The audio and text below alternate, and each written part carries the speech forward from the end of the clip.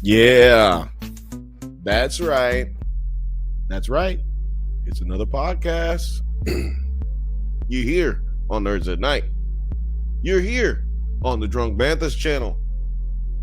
This is the Bantha Bunch. Oh, excuse me. This is your favorite cousin's favorite cousin.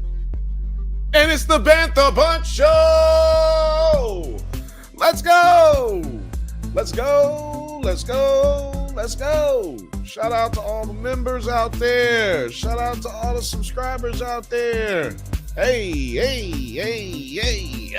Ha, ha, ha. Hey, hey, hey, hey. Not gonna lie. Sometimes when you don't want to do the show, the music gets you going. You know what I'm saying? The music gets you going. What y'all up to out there, y'all? What's happening out there in the world? Again, this is your favorite cousin's favorite cousin, Bill. I'm out here in Los Angeles in Music and Coffee Studios. Happy to join you to talk about some stuff of the day. No, to talk to you about the news show on AppleTv Plus. We're going to be talking about government cheese. Who in the comments thinks that, put it in the comments, who thinks that they should have named it government cheese instead of government cheese? Let me know in the comments. I need somebody to start doing the polls. Maybe one day I'll get somebody to start doing polls for us. Shout out to everybody watching on Twitter. Shout out to everybody watching on Kick. And shout out to everybody watching right here on YouTube. We cannot thank you enough. Lord have mercy. What y'all been up to this weekend? What y'all been up to, this week?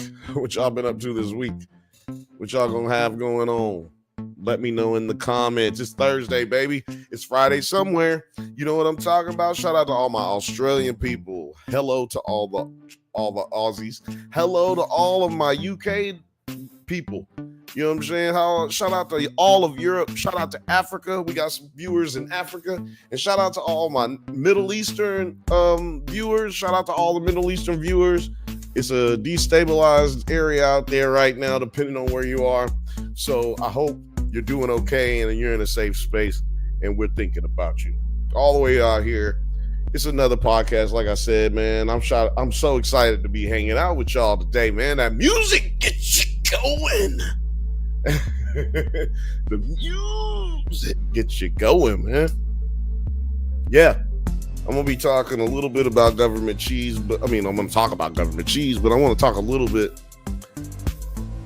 bit about some entertainment news. What y'all say? What y'all think?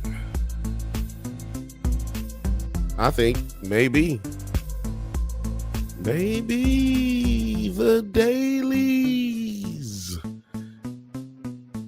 The Dailies. I don't know why it's not coming up here. But yeah, maybe we talk about the Dailies. It's been a little while since we've done the Dailies. Yeah. Jon Voight's Hollywood rescue plan. Google goes Hollywood. IFC's midlife crisis. Rest in peace screenplay compilations.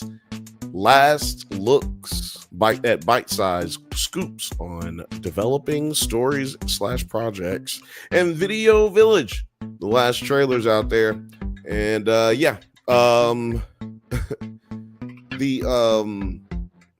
let's see what we would like to talk about here. Yeah, Jon Voight is a huge Trumpito supporter. Trumpito. Why I got this thing? Why does that keep coming back? I got a Trumpito. You know, he's planning on destroying Hollywood. They're all just trying to go out here and kill Hollywood right now. Jon Voight, like I said, has some kind of weird plan where he was pitching it to Trump at Mar-a-Lago, talking about his industry revival plan. Okay. The presidential Hollywood ambassador is Jon Voight. has been making the rounds with unions, studios, and officials to craft his proposal. And now we've got the details. Y'all want to hear him, or is that boring to y'all? Let me know. If it's boring, I'll stop doing it. What up, Film Age? Shout out to Film Age. What up, dog? If you're on Kick, can't see your comments, but please keep commenting. It doesn't pop up here, but we're gonna have somebody on it. Shout out to everybody who's watching right now. What was? Hold on, let me go back here. 1 second, guys. I have to get back to the stuff and get back to it. And get back to it. There we go. How to get back to the link, man? How you do that? All right, here. So, Jon Voight's Hollywood plan. Let me make sure I'm in the right state of mind while reading this. For filmmakers, Jesus Christ, I keep popping. For filmmakers, Voight promises stackable federal tax credits, 10 to 20% on top of existing state incentives. His plan would expand Section 181 provisions, allowing producers to write off 100% of costs in the first year. Instead of a blanket tariff, he suggests targeted penalties of 120% on productions that could have filmed in America but chose foreign locations just for tax incentives. Excuse me, Jesus Christ, I apologize. I should not cough that loud in your ear. For the infrastructure of Hollywood, the plan includes tax credits for building or renovating theaters, studios, and post-production facilities. It would create job training programs to, hold on a second, sorry. It would create job-saving programs. It would create job training programs to ensure Americans have skills for high-paying industry positions with special emphasis on developing production capabilities in the heartland states, excuse me. Now, again, Americans job training programs to ensure Americans have skills for high-paying industry positions with an emphasis on developing production capabilities in heartland states. I'll get back to that part. And for the international work, the plan proposes co-production treaties with countries like the UK to be enabled collaboration without triggering tariffs. It includes exemptions from penalties for legitimate international partnerships that truly require foreign locations, such as Game of Thrones, or if you're going to film Bruges, you'd have to be in Bruges, right? You can't film a show about, Nottingham if you're not in Nottingham, right? You need to probably be in Africa if you're going to do something in Africa. But this is the thing. Well, I'll finish. Looking ahead, the White House isn't officially backing Vaught's plan just yet. Trump's promised to host more industry sit-downs, telling reporters, "I'm not looking to hurt the industry. I want to help the industry. We're going to meet up with the industry. They've got wonderful things to say. I want to make sure they're happy with it, because everybody's happy, then I'm happy." Meanwhile, California Governor Newsom has proposed working with the president on a $7.5 billion federal tax credit proposal. Studio chiefs are expected to weigh in on Trump's tariffs proposal on Friday. What up, Fifth Bantha? Shout out to you. Welcome, big dog. Welcome. Okay, so as far as like what they're talking about, as far as like movies, the big issue is movies are not getting made in Hollywood anymore. In 2010, there was a big push to get a higher tax credit by Hollywood studios. They wanted more ability to film in Los Angeles without having to deal with the taxes of Los Angeles, which I think might be a little unfair to the people who actually pay the taxes here. Mostly, I don't know. Like it's unfair for you as a company to. I'm not gonna say unfair. It is a good position for you to be in, a convenient position for you to be in as a company where you can just up and move, up and leave, because they want to make it cheaper. Well, now here we are in 2012, that bill I think passed where they were going to start charging porn stars extra, because if they were going to fine porn stars for having sex in Los Angeles or performing in Los Angeles without condoms on. Basically, you got to have a condom on if you're going to perform. That's what they did here in Los Angeles, like in about 2012, I think. Oh, damn it. The only reason I remember that is because that's the year I moved here. I'm just breaking stuff over here. Don't mind me. I just knocked this shit all on the ground. Goddamn. Will it go back? Will it fix itself? Yeah, no. When I moved here, they were talking about it, and the reason that the reason I say they is not because I was part of this huge porn community or anything. It's just that I was in a school. I don't want to say what school, but I was in school for doing what we're doing now. Audio, music. All the music we use is our music, except for the X-Files thing. So yeah, well, that's what I was in school for. And everybody was talking about it because it affects the entire industry. It was a sign that the industry really was leaving Hollywood, and porno makes a big part of Hollywood community. Even though people don't consider them, actresses or whatever, like there's a huge production that takes place in making most of those things. When the ones that are professional, I don't know what y'all call it. But yeah, it was a good sign that everything was leaving. Now, where were these projects moving to? Well, I mean, they were pretty much just moving to Atlanta at first.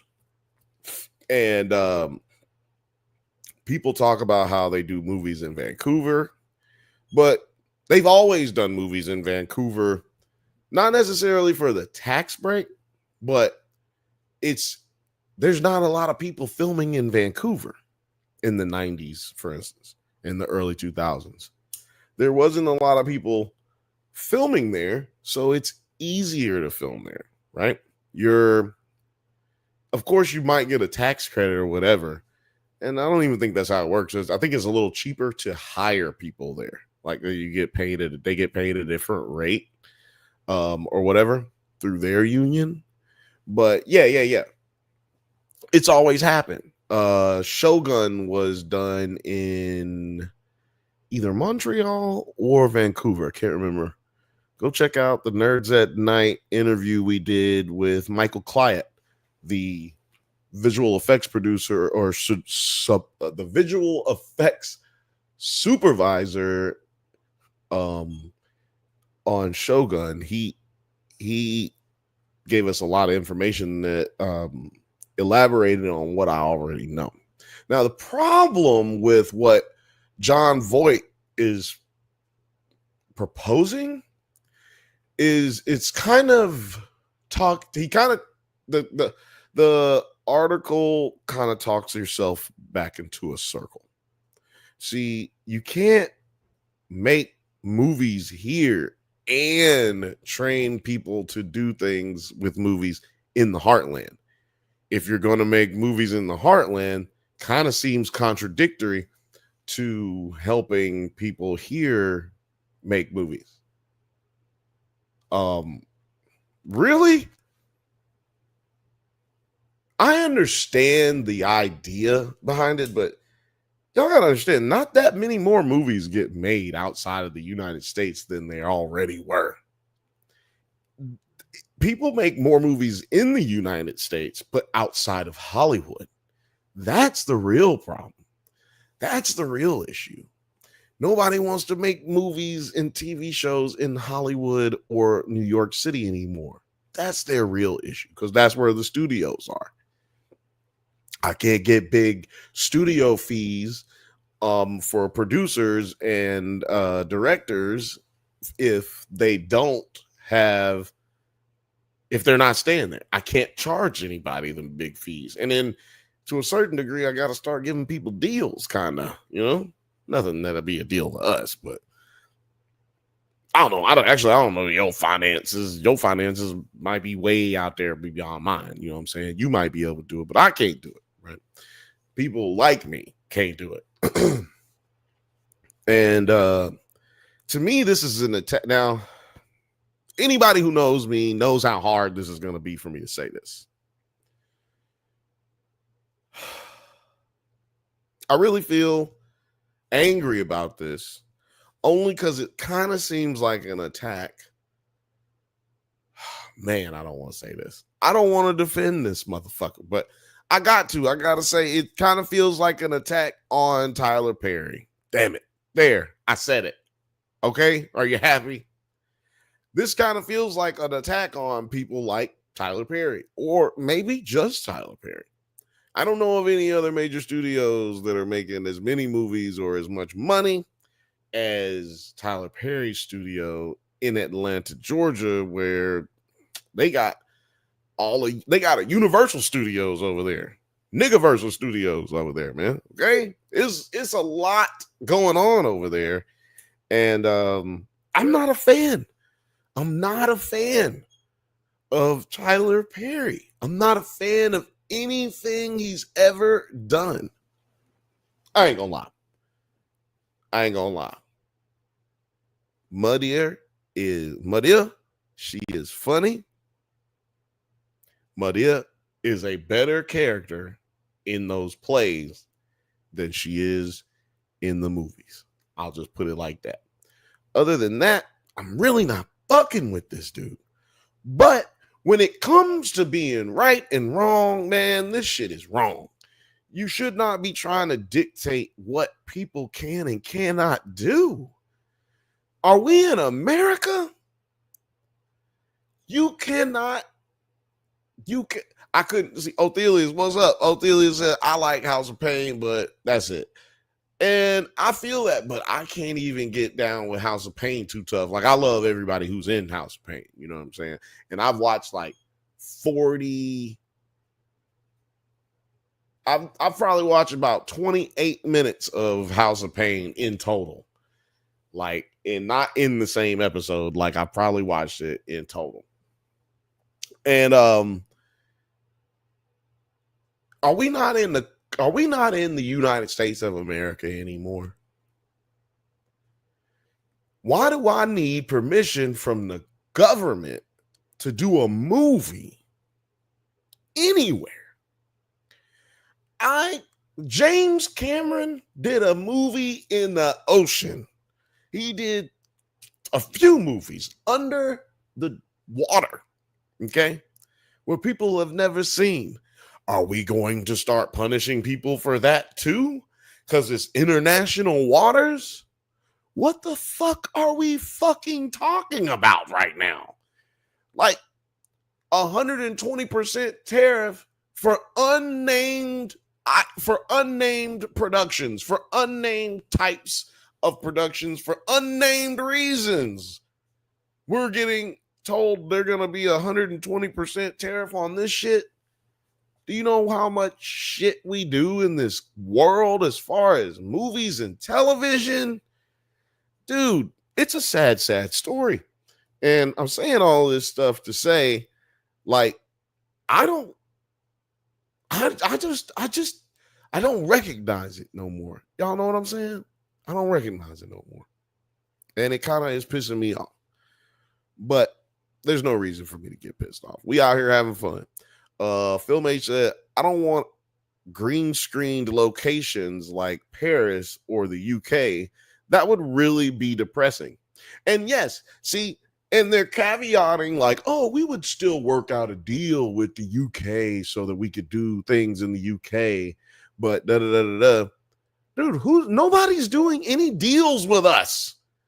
I don't know when that narrative, I don't know how that keeps getting spun, but there's nothing being done.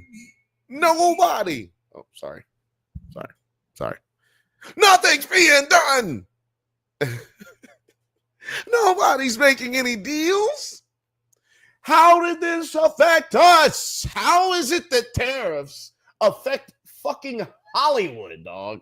That's what you got to ask yourself. Ophelia said Trump giving out tariffs like Oprah. You get a tariff. You get a tariff. You get a tariff. He is giving them out like Oprah because when Oprah gave out them goddamn cars, everybody was pissed because they realized they had to pay the taxes on the car. And they had to pay Illinois taxes, not taxes from wherever you were. So you, Japan, you paying taxes on some shit. Do y'all know that Japan doesn't have any tariffs on the United States of America and they're still getting hit with tariffs? They like this. What in the absolute fuck is going on over there? They came to the United States to talk about the tariffs. They said, what do y'all want? We'll give you whichever y'all want. And then the Trump administration said, we'll give y'all whatever y'all want. What y'all want? And they was like, well, we don't know what y'all want. So y'all don't know what we didn't do this. Okay, we just gonna leave. And they just left. They literally came in and left the same day because we don't know what the fuck we're doing over here. And yeah, it's kind of sad. It's kind of sad. Fifth Bantha says the irony is he tells stories as fact that only happened in a movie, so he clearly believes it's real. The island of penguins got tariffs. He beat Oprah. Film H says, how can they regulate that? Who's stopping it? Who's stopping if I picked up a camera and filmed stuff in London? This is the thing. If you're filming stuff in London, you're probably with the union. Like, you know what I'm saying? They're talking about unionized stuff. And you do have to pay taxes to do certain things within a country when you get those permits to film and stuff like that. But that's within the permit, right? Now, the thing that's going to happen is the United States, well, what would happen? Okay? Because nothing's happened yet. But what would happen is the United States would have to pay a lot of money anytime they want people to come over here. And anytime they want to go over there, we're going to get hit with a lot of money because tariffs work both ways. Where they're not going to let us put a tariff on them for Hollywood productions and then not hit us back. Like, that's just how that's going to work. And until this fucking fat mango Trumpito, before this motherfucker, like, until he gets out of office, we really don't know what the fuck is going on. So Hollywood is just as fucked up as the rest of the world right now based off of the politics in this country, which is kind of crazy. Paramount is trying to sell itself to Warner Discovery right now.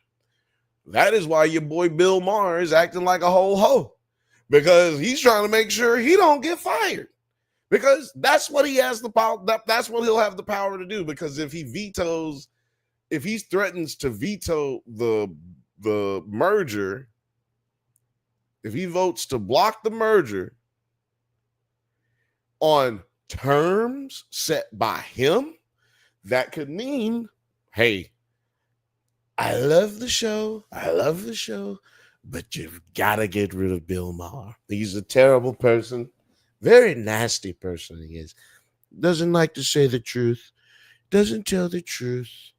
He's just a terrible guy. Get rid of him, and you can have your merger. And then that's what's going to happen. Plus, he's going to have to pay him like $10 million. I hear that's what the like going rate to talk to Trump and get something done right now. About $10 million, y'all, and you can be doing whatever the fuck you want to do right now. I'm going to do my best. I'm going to do my best Cat Williams right now. You can do whatever you want to do. You can do whatever you want to do if you want to. All you need is $10 million. That's all you need, nigga. Love is all you need. It was a motherfucking lie. All you need is $10 million, and you can fucking, whatever it is you're trying to do. You want a restaurant empire? $10 million. Just go give it to them. You get taxes, do whatever the fuck you want. It's a sad, sad story. I'm not going to touch on much of anything else because it's kind of boring. A lot of the other topics is on there. But shout out to the Dailies. I'm trying to get them as a sponsor, y'all. They're whack on the internet, though. I'm going to email them. I done reached out to them. I done messaged them on Twitter and YouTube, and they don't have an Instagram. Oh, yeah, I hit them on Instagram. They just not hollering at your boy. But we use them right here to get some good news every once in a while. You know what I'm saying? Othelia says Trump would bring back the Hayes Code if he could. Ow. Sorry, y'all. I went to the doctor, man, and I got a torn muscle on this side and a torn muscle on this side that are attached to my rotator cuff. So I don't have a torn rotator cuff. I just have like torn muscles because I'm fucking ripped, son. Let me tell you something, brother. Fucking ripped. Oh, shit. Hold on, y'all. Y'all know what time that is. Y'all know what that means. We got the bongs and the gongs and the dong. Somebody at the door. Somebody menacing.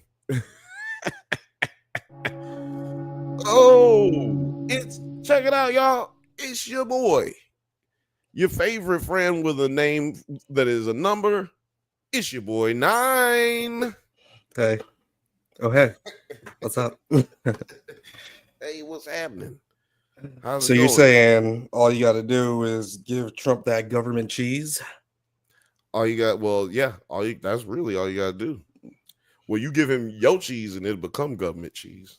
That government cheese. That's right. Othelia said he's running the country like a pyramid scheme, which is how it always was, but the Cheeto more face off with it. Look, this is the thing. You can say that's how it always was. It's how it is to a degree. You know what I mean? Like, that's why niggas hate Obama. Nigga, the reason people hate Obama, people like, oh, he didn't do enough for black people. That's because he wasn't willing to jump into the nigga shit that is the Washington, D.C. Okay, like, I can't remember his name, but he's the representative for South Carolina, black leader of the Black Caucus. That nigga is corrupt as a motherfucker. And if you get anything done for black people, you have to go through that nigga. And he's corrupt as fuck. Obama really avoided all of that shit. And people hate on him because he didn't do enough for black people. White people hate on him because he didn't do enough for progressives. But it's like, nigga, the world ain't left. The world is center. You know? And you can't make everybody happy. And that's just a fact. And when you don't want to get involved with the bullshit, when you don't want to be a part of the pyramid scheme, people gonna look at you crazy. Trust me, I was around a pyramid scheme. I was involved with a pyramid scheme. Did they fuck with us? Not really. Like, did it fuck us up? Fifth Bantha knows what I'm talking about. what was it called? Something fire, burn fire, something like that. Fifth Bantha knows what I'm talking about. Damn, I can't remember the name of it. But anyway, it was a pyramid scheme. They were just running it. You know what I'm saying? Hard.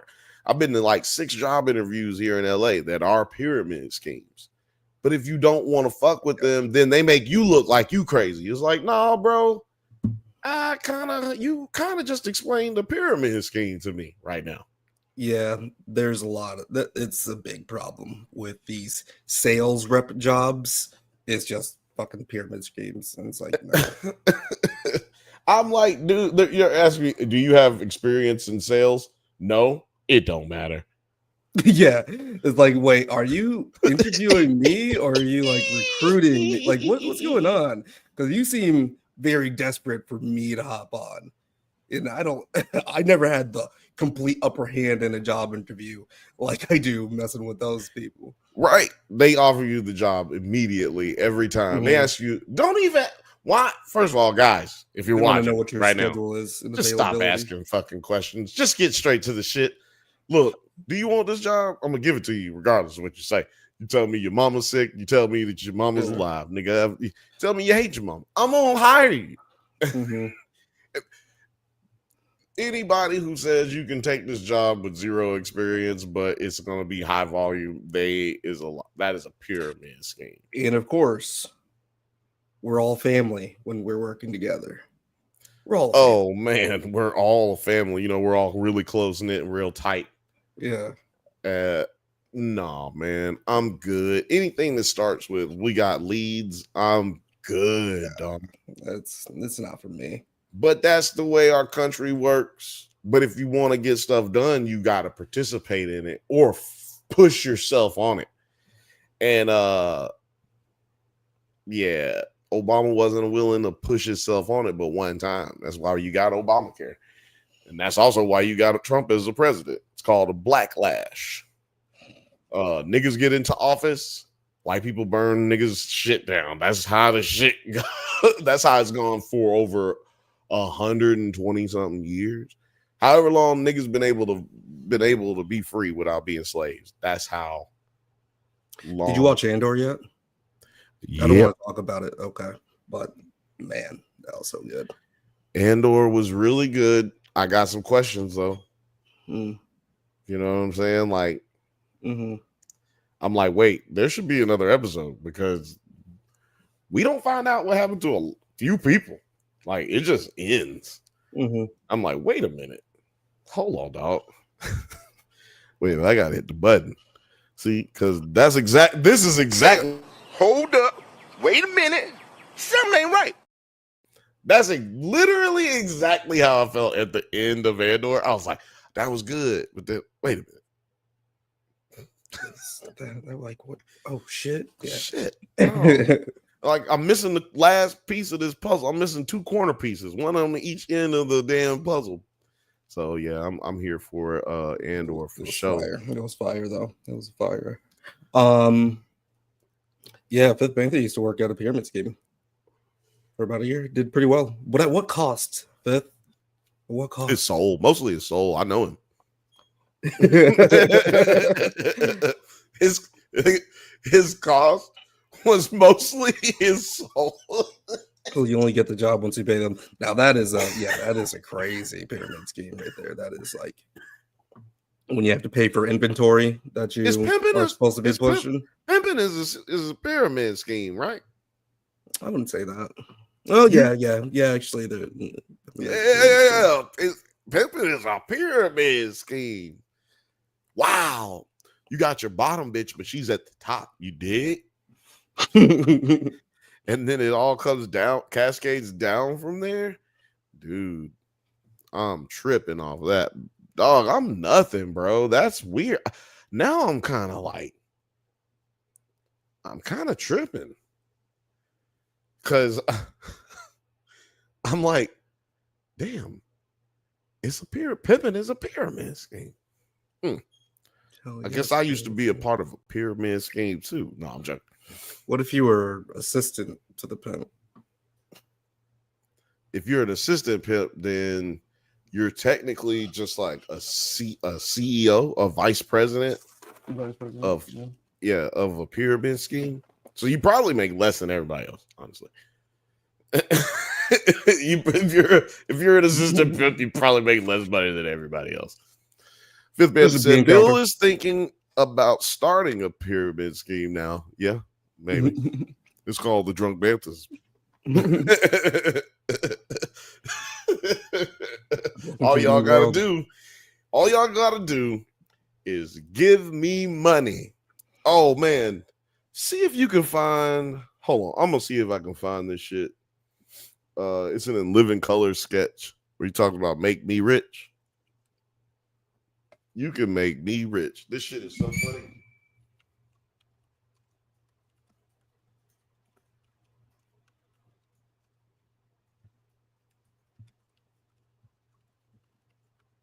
And then there it is. There it is. Boy, I told you I was gonna find this shit. Oh, you want me to throw it up or not? I'm about to share my screen. I got another computer going. Frothy says a salon owner once offered me a job if I paid her $3,000 for her to teach me skills. $3,000, bitch. You couldn't teach me how to Dougie. Fuck all that. And like, yeah, so the skills are like, is it like hairdressing and like nail tech? What type of? How much does a barber shop chair cost? I don't know, but it's expensive as fuck. I do know that much. How much is it? But because Frothy was looking. Like if you just want to. If you just want to what? Just start one? Rent it. Oh, I like think if you're like going, you interview. Okay. Renting a chair in a barbershop in Chicago typically costs between $100 to $1,600 per week or month. So I think it's probably $1,600 per month. What happened to need to... I can't find it. Oh, there it is. It's not on this computer for some reason. This is what I was talking about, y'all.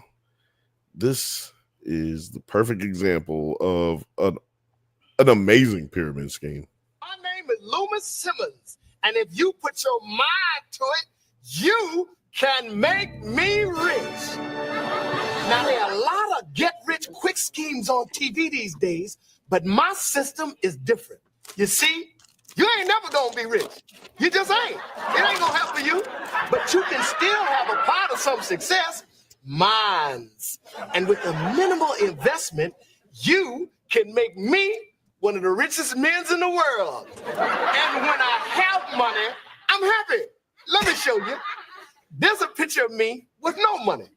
And there's a picture of me with money. See?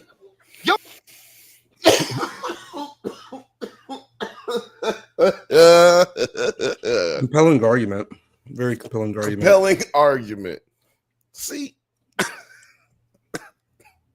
when I have money, I'm happy. Mm-hmm. This is Donald Trump right here. This is a nigga running. This is a nigga running the country right here. Oh man. Sorry. I'm sorry. They actually have multiple sketches of that. That shit gets me every time. Terry Coin. Invest in Terry Coin. Terry Coin? Mm-hmm. Gosh. Yeah, I'm here for it. I'm here for Terry Coin. You guys want to see my face all that close? I'm closer than you. Look, there you go. This is very intimate, man. Guys. If it's anything, I'm so glad that you're here today with me. No, you gotta talk slower. You gotta talk Guys, slower. I'm so happy that you're here with me today. You could have been anywhere in the world right now, but tonight you're here with us. Thank you.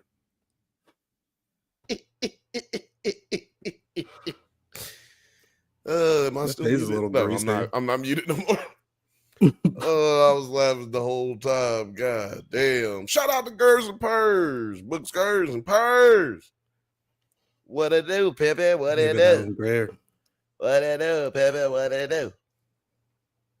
Oh, man. There's a new pope. There's a new pope.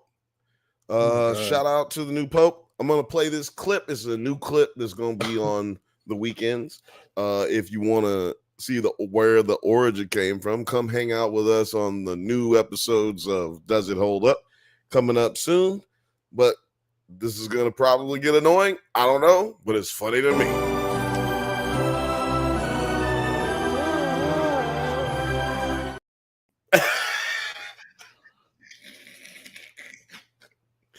So anytime something nasty is said on the show, you will be getting one.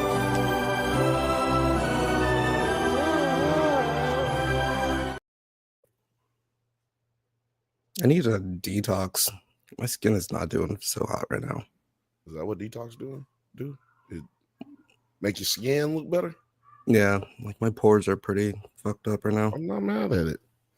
You need to do do you do the ice with your face in the bucket, you get a bowl? No, I saw this dude on saw this dude on Twitter. Oh, on him for muscle nigga.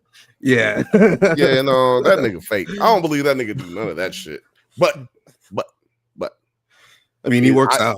Females do that like all the time. So like females, Bill? Females. Really? Females? What are they? Are they woman? Well, are they not ladies? Females? Girls? When you sign a job description, when you go fill out a job application, it asks you if you're male, female, or other. Ask me if I'm a real nigga. That's what they ask me. And I say yes every time. If it says on your application, are you a real nigga? That's I actually cross out all the other options and put RN right there. If you get a job application and it says real nigga on it, let me just tell you, if it says real nigga on it, that's just a different type of pyramid scheme. It's just a different type of pyramid scheme with some niggas back there. and it's gonna be some niggas back there, boy. Real niggas. Liquor store niggas, like all day and tomorrow. Yeah, that's exactly what's gonna happen. And then they gonna tell you, we a family, nigga. Yeah. $3,000. $3,000, but you got to give it to us before you walk up out of here. So many things. First lesson: give me your motherfucking money, cuz. No, but I guess y'all didn't come here to talk. You know, by the thumbnail that you clicked, you probably didn't come here to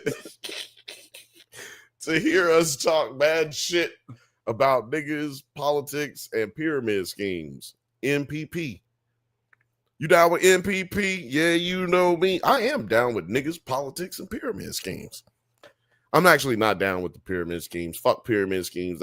It should be illegal. I don't know how it's legal, but it is. So they should stop doing that. Do you know Affleck is a part of the pyramid scheme? Yeah. Yeah. Is that not crazy? Should we do a piece on that? They do business sales, and it's kind of weird how they recruit people, and then you recruit them, and then they also have to go business to business, trying to do seminars and everything, and getting people signed up for healthcare with their company. It's pyramid scheme, bro. Yeah. We gotta do a piece on that, because the fact that I just said it random and then you knew exactly what I'm talking about, that says something to the point that people probably don't consider it a pyramid scheme because it's Affleck. You see it on TV. They got commercials. They got Super Bowl commercial. Yeah. You know, like, oh, they not bad. They not bad people. But what if they are? You know what I'm saying? It could be a conspiracy. There are some individuals who would kill to be called a female. I guess, yeah. Count your blessings, I guess. Yeah. Literally, what's his name? Bruce Jenner. He killed somebody to become a female, to be called Jesus female. Christ. He did it. Put it in the comments. Is that funny? Come on now.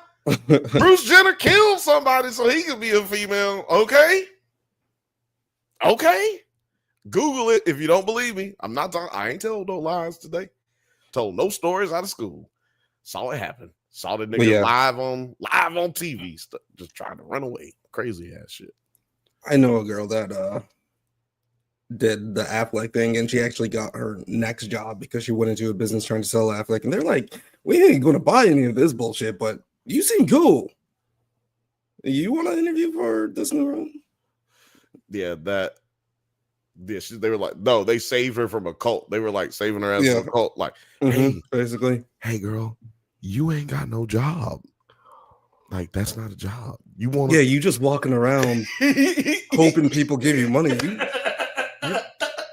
You're broke, aren't you?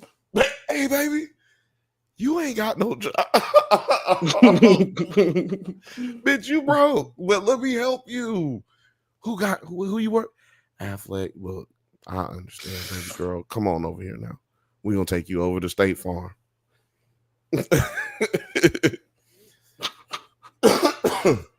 That's where it happened.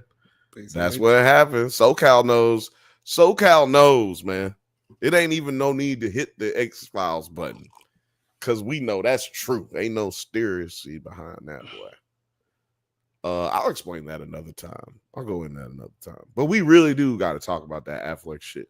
We'll put some research together so we can actually point to the whatnots. But you and I have been in those rooms. So and if you haven't been in the room, you don't know what we talking about.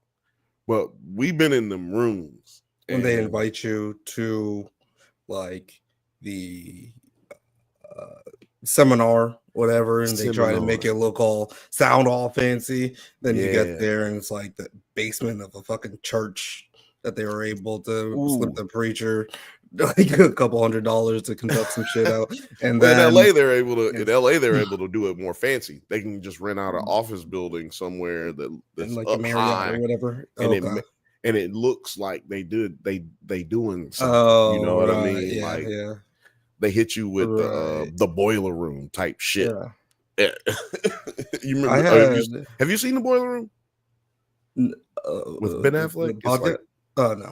No. Yeah, no. Good movie.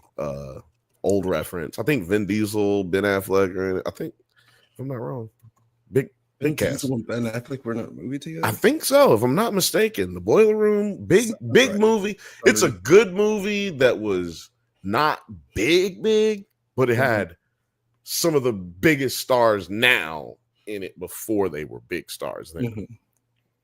But yeah, that's the kind of vibe that you get. Well, in the ones that they do here in LA. I've been to 2 in LA. I was like, maybe it wasn't like a pyramid scheme. I always wonder what those people are doing today. Like if they actually are still keeping up with it, or the dude who told you, he said he made over $200,000 in less than 2 months. Hey, kid you not. His car is fucking fucked up, rattling. He's got the 1998 Honda Civic. Yep. Like, bro, you made how much money? Yep. Well, the smart ones take the train there, so you don't even see the car. Yeah. You just don't want to fix your car? I don't get it. Like, even if you want to stay with the same car and you're frugal like that, it makes sense. Okay. But you're not going to fix your car? What are we talking about here, Frothy? Nia Long? Giovanni Ribis. Is that? We just talking about hot women? We're just naming random hot women? Are they? Or did they all do hit and runs? Because put Halle Berry in there. Oh, she's talking about people that are in the boiler room. In the boiler room cast. Oh, in the boiler room. Okay. See, I haven't seen it in some time. Quite some time. Might be it doesn't fit our genre type. Because I was gonna say, is that a future? Does it hold up? Doesn't fit our genre type though.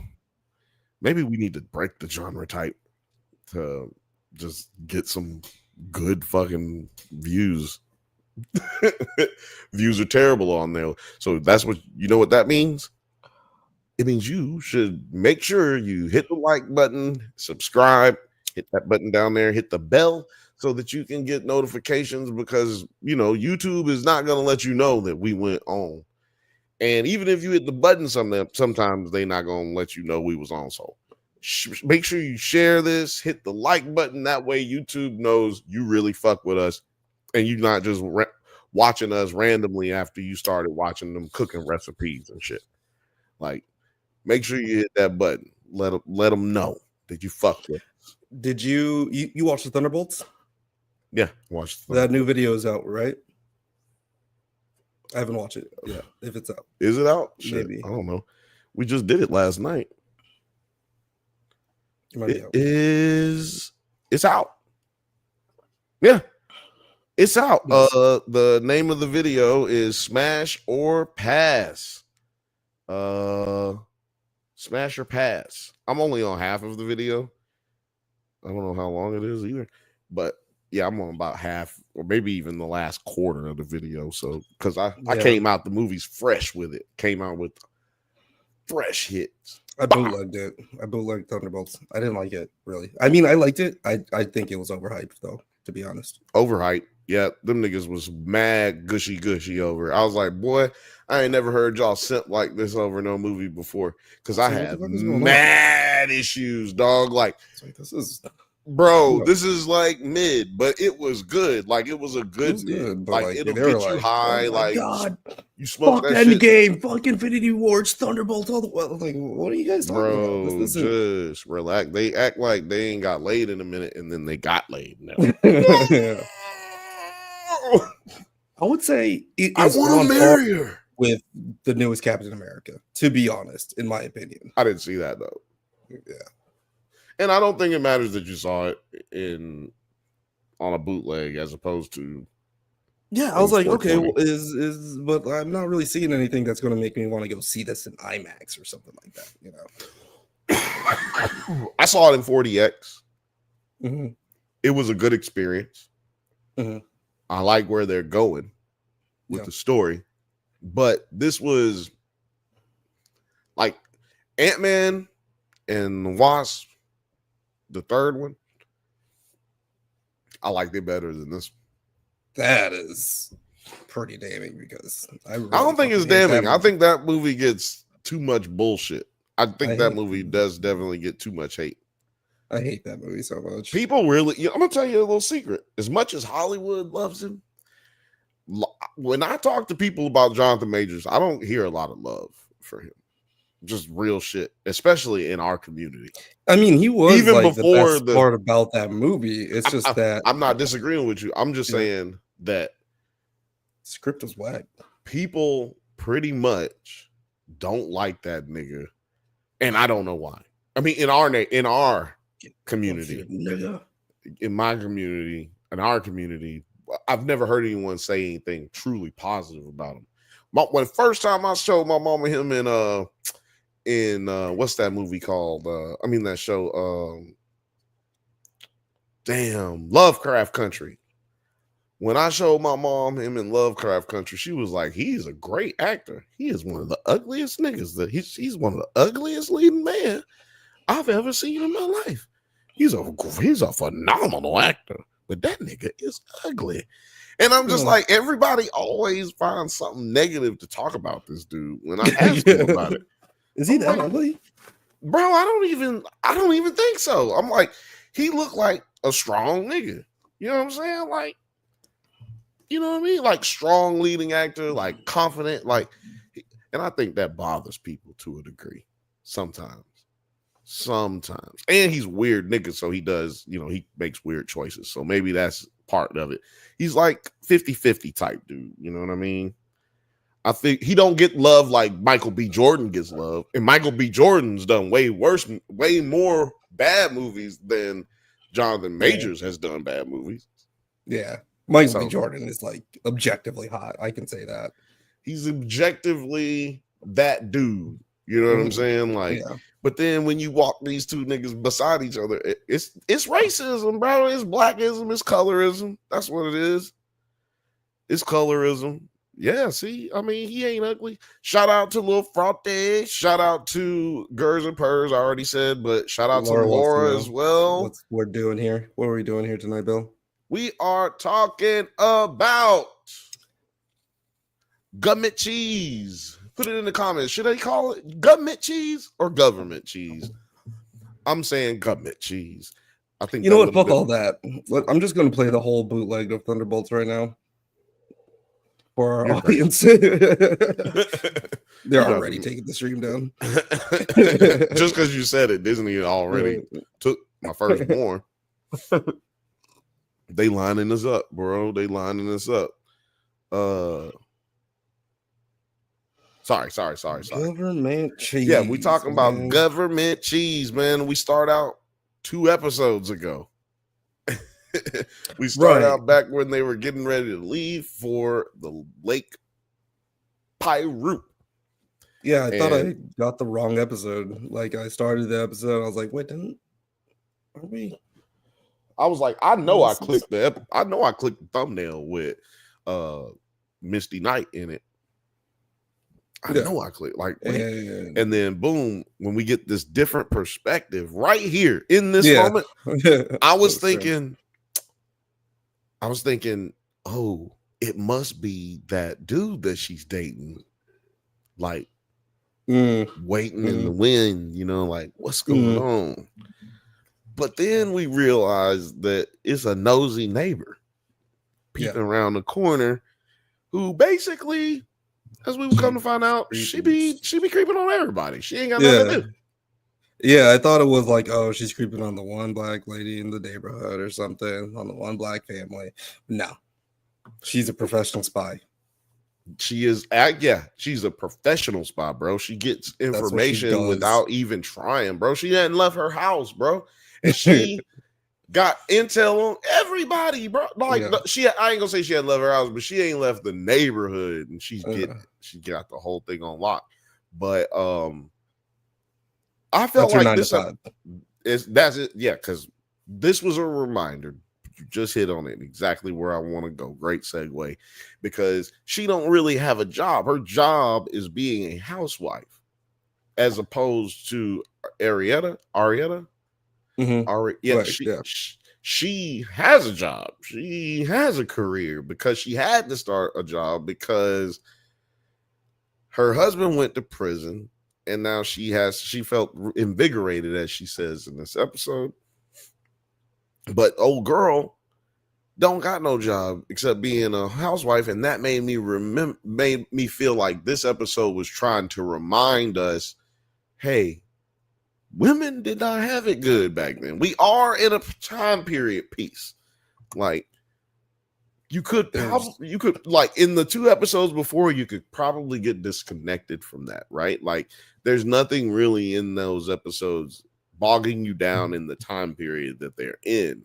Right. Going back to this episode or moving up to this episode, it's just like, oh, women ain't shit in this universe. I forgot that that's how America used to feel. There was this one line that when this lady pops up, the white lady, she says, my husband thought the best thing that I could do with my life is get married to him. I was like, ooh, that is message. See, now that's something that she came to the revelation of 15-20 years later, because she's saying that happened when she was a youngin.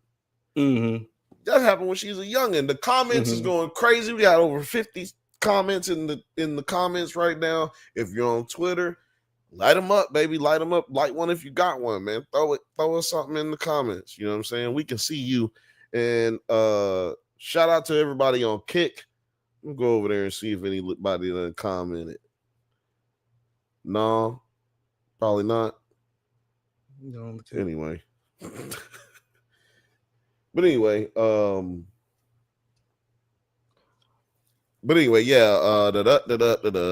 she finally gets a second to herself. She's like, this is gonna be dope.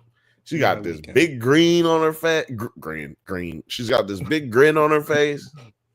I almost went to Alabama right there. She got this big grin on her face. She got the bob hairdo.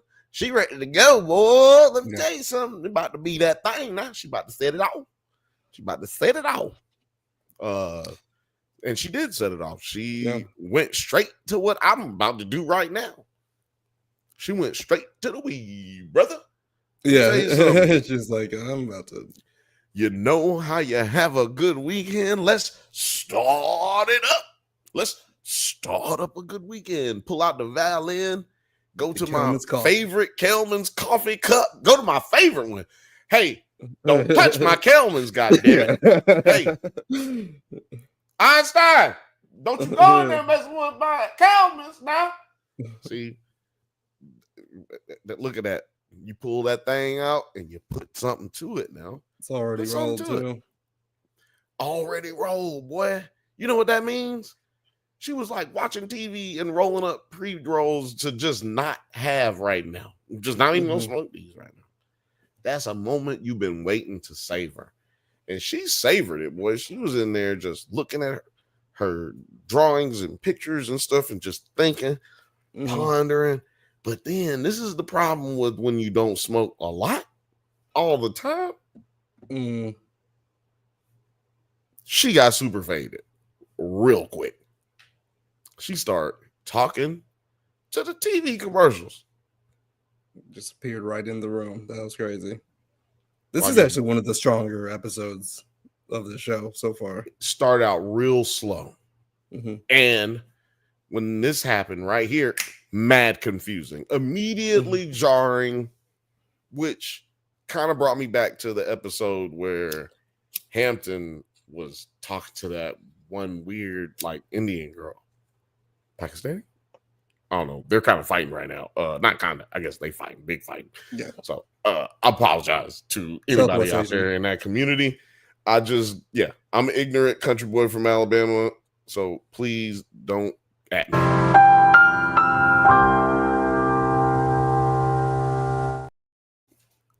But yeah, it was jarring immediately. She starts talking to the Kelman's coffee lady who was in the commercial. And I don't know if you can play a bit of that commercial, but like that was wild, right? Like this is what told me immediately. Oh, they trying to put an emphasis on that ladies did not have it well back then. He said, look, honey, I'll have one of the girls from the office make me some coffee. I'll just have one of the girls at the office brew me a cup when I get in. Boy. I just don't know what I could possibly be doing wrong. It's just coffee. It's more than just coffee. If my wife can't make a decent cup of joe, the boys at work will never respect me. Now, what in the fuck? What are you talking about? Y'all are all sipping each other's coffee. What the fuck are you saying? What the fuck do the niggas? First of all, why do they not respect you? Have you thought about this? And also, why does it matter what niggas think about your bitch? Like, oh God, what does it matter? Yeah. Like, if you start having dudes at work being like, "Hey man, I really fuck with your wife, dog." I just was saying, I mean, I ain't saying, you know what I'm saying, like, but for real, I fuck with your wife. You really got her in line, you know what I'm saying? She seemed to do what you say. Does she always do what you say? Oh, I'm sorry. You know, I'm just asking. Just asking. If somebody walk up on you like that at work, man, hey, push this nigga to the side, man. Hey, man, why you fucking with my wife like that, bro? Relax. No, this nigga is like, I need respect from the guys at work. They need to know that my wife don't be fucking shit up. So yeah, it's a strange commercial. She goes, "What am I doing wrong?" And yeah, I mean, this is kind of like laying the basis of the episode. Women's like autonomy during this day and age, and what it meant to be like in that nuclear family. But obviously, like the interesting thing is that they have not played on like the Black experience, which kind of like amplifies all of these other points that they are also making. Like they could have easily went to the place of like, oh yeah, like you're a black woman, and so far there is only been one moment in this show where where it could be a situation where it wasn't even like this is a whole white family technically, or a white family could have been this family, except for when Harrison says that he don't have a culture. Right. Because he's black, and he don't know where his people come from, and blah blah blah. But to your point, like I thought several times in this, or a couple of times in this episode, that's where they were gonna go at, like when the neighbor comes over and interrupts her weed sessions, like she immediately calls her Terry, and she was like, "I'm Terry, like I'm not. My name is not Terry. You just said my name when I answered the door. You said my name, then you called me Terry." I thought, oh, okay, she about to say some weird shit, and then she was like, "I'm so sorry. We didn't treat you right when you first moved in." And I'm thinking, oh, they was racist to her. But then no, she just didn't come over because her husband went to prison. Like, what? Yeah. Like that was it. Yeah. But yeah, and then all of a sudden the lady is in the house. Yeah, like LL Cool J. And laid out that. Nobody seen that show? The coffee is Shout out a to In the metaphor House. for taking care of your husband. Yeah, this lady creeped me out a bit.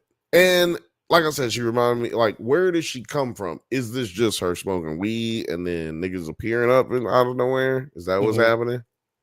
Or is it like this lady is she's just manifestation of what she truly feels, but won't admit to herself? Like she feel like she really wants to be, or she really should be trying to be a good wife, but she really ain't did that shit. She just really like, fuck this thing. Alice and the Brady Bunch,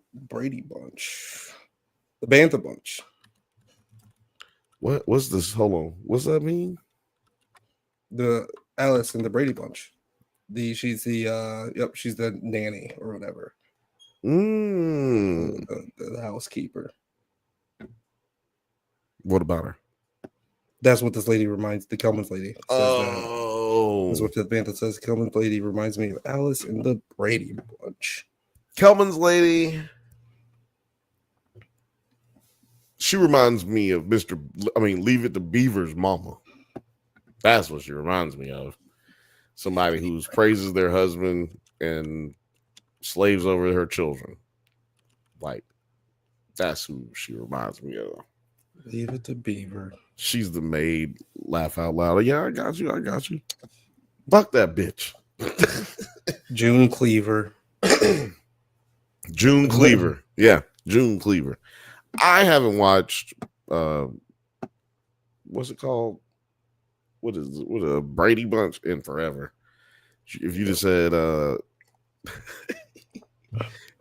said Growing Pains, nigga, I'd have been right on with you. That mom in Growing Pains slaved over them people. Baddest, worst white people in the world. And she was taking care of their asses all the time. Such a good mom, TV mom. Ooh, next week, y'all. Next week, top 10 TV moms. Next week. Top 10 TV moms. Top 10 TV moms of all time. We're going to do it. Live action, animated, or everything? Yeah, everything.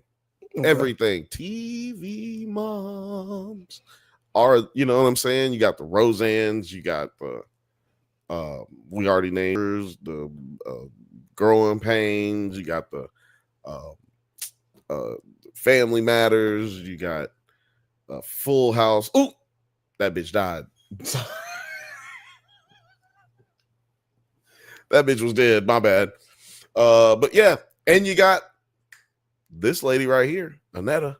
You got her. She qualifies as TV mom. And I'm going to tell you, She's somewhere in the top 10 so far because she lit up a J, nigga. What I TV know, but Jay mom? gets you up there. Yeah. Get you up there, dog, because TV mom, no TV mom has ever smoked weed on TV as far as I know. I ain't never. I don't know, man. Maybe I'm missing. Maybe I missed it. You know, maybe some The mom from premium. Weeds. Yeah, I was going to say maybe some premium television. Mm. Premium Peggy for television. Married with Children. Okay. Yes, that's right. I'm with it. We'll have to do But our anyway, research.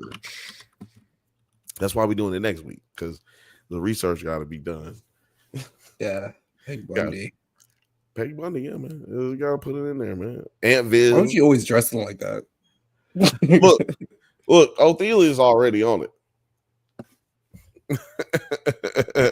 He said Aunt Viv, Trudy Proud, Marge Simpson, Nancy Botwin. That's a solid list. Katie Seagal has some pretty good TV mom roles too. She's done it all. She's done She the was full a son spectrum. of Sons of Anarchy mom. Yeah, she's done the full spectrum, I feel like. Are we gonna just do all moms or sitcoms? Maybe we should limit it to sitcoms. We'll be here all night doing. I'm saying. Saying it can get heavy. Yeah, but yeah, the like I said, we already mentioned the neighbor comes over and bothers Annetta, but also kind of gives her a little bit of an empowering speech, like an uplifting speech as she's getting ready to leave. They go up to, like you said, she tells her about her husband basically not believing that she ain't, like, not believing or believing that she ain't shit because he said that he didn't feel like she could do anything better judgment and with her life but marry him. Yeah. Well, then they go up to the roof and she has another conversation with her about how she wanted to be a dancer and be a rockette. Yeah. Go to New Well, York. this was even crazier right here, I feel like, when she's given the breakdown of everybody that she knows in the neighborhood. I was going to get there. Yeah. But I kind of skipped. Yeah, I kind of skipped around. But yeah. Everybody, that goes back to her being the spy. She's a spy. She knows everything that's going on, but it also goes to show, it's like, you think that you're a bad mom because all the drama that's going on and nobody else is dealing with this drama. Like, I'm having characters. But the fact of the matter is, especially back then, it was all about maintaining a facade. Like there wasn't. That's why you don't talk about family business. Like, everybody has that saying, like, don't talk about family business.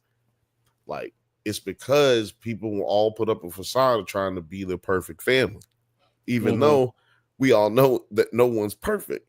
So why do we put the emphasis on these things? But it just goes to show you exactly how women had very few options, at least if they wanted to get along, right? You can always try to buck the system, but that's going to be a life of hardship and probably success.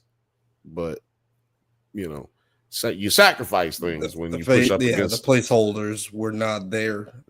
And also with all this gossip stuff, it's kind of funny because, like, Facebook kind of threw out the window a lot of, like, the decorum with, like, gossip. You know, you would have the one gossip in the neighborhood that would find out all the dirt, but now that shit is, like, all everywhere in your shit. Like, you know everything that's going on in and your motherfuckers just telling on themselves. Yeah. It's like, come on, don't talk about the family business.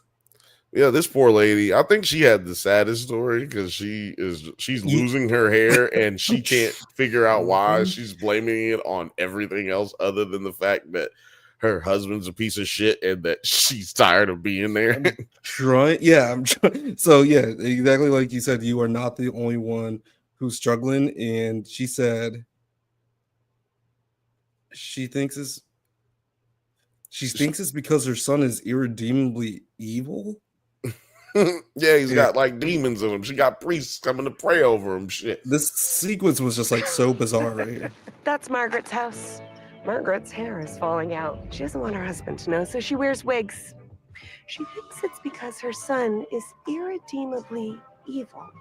That's why she thinks her hair is falling out? Yeah. She's like, bitch. I don't know. It could be And like I Ted love Bundy these. living with her. So another thing that we've been focusing on in this show, this series, the shots, the shot choices during this I guess it's almost a monologue, you know what I mean? Like, but through her story, her snitching and divulging of other people's secrets,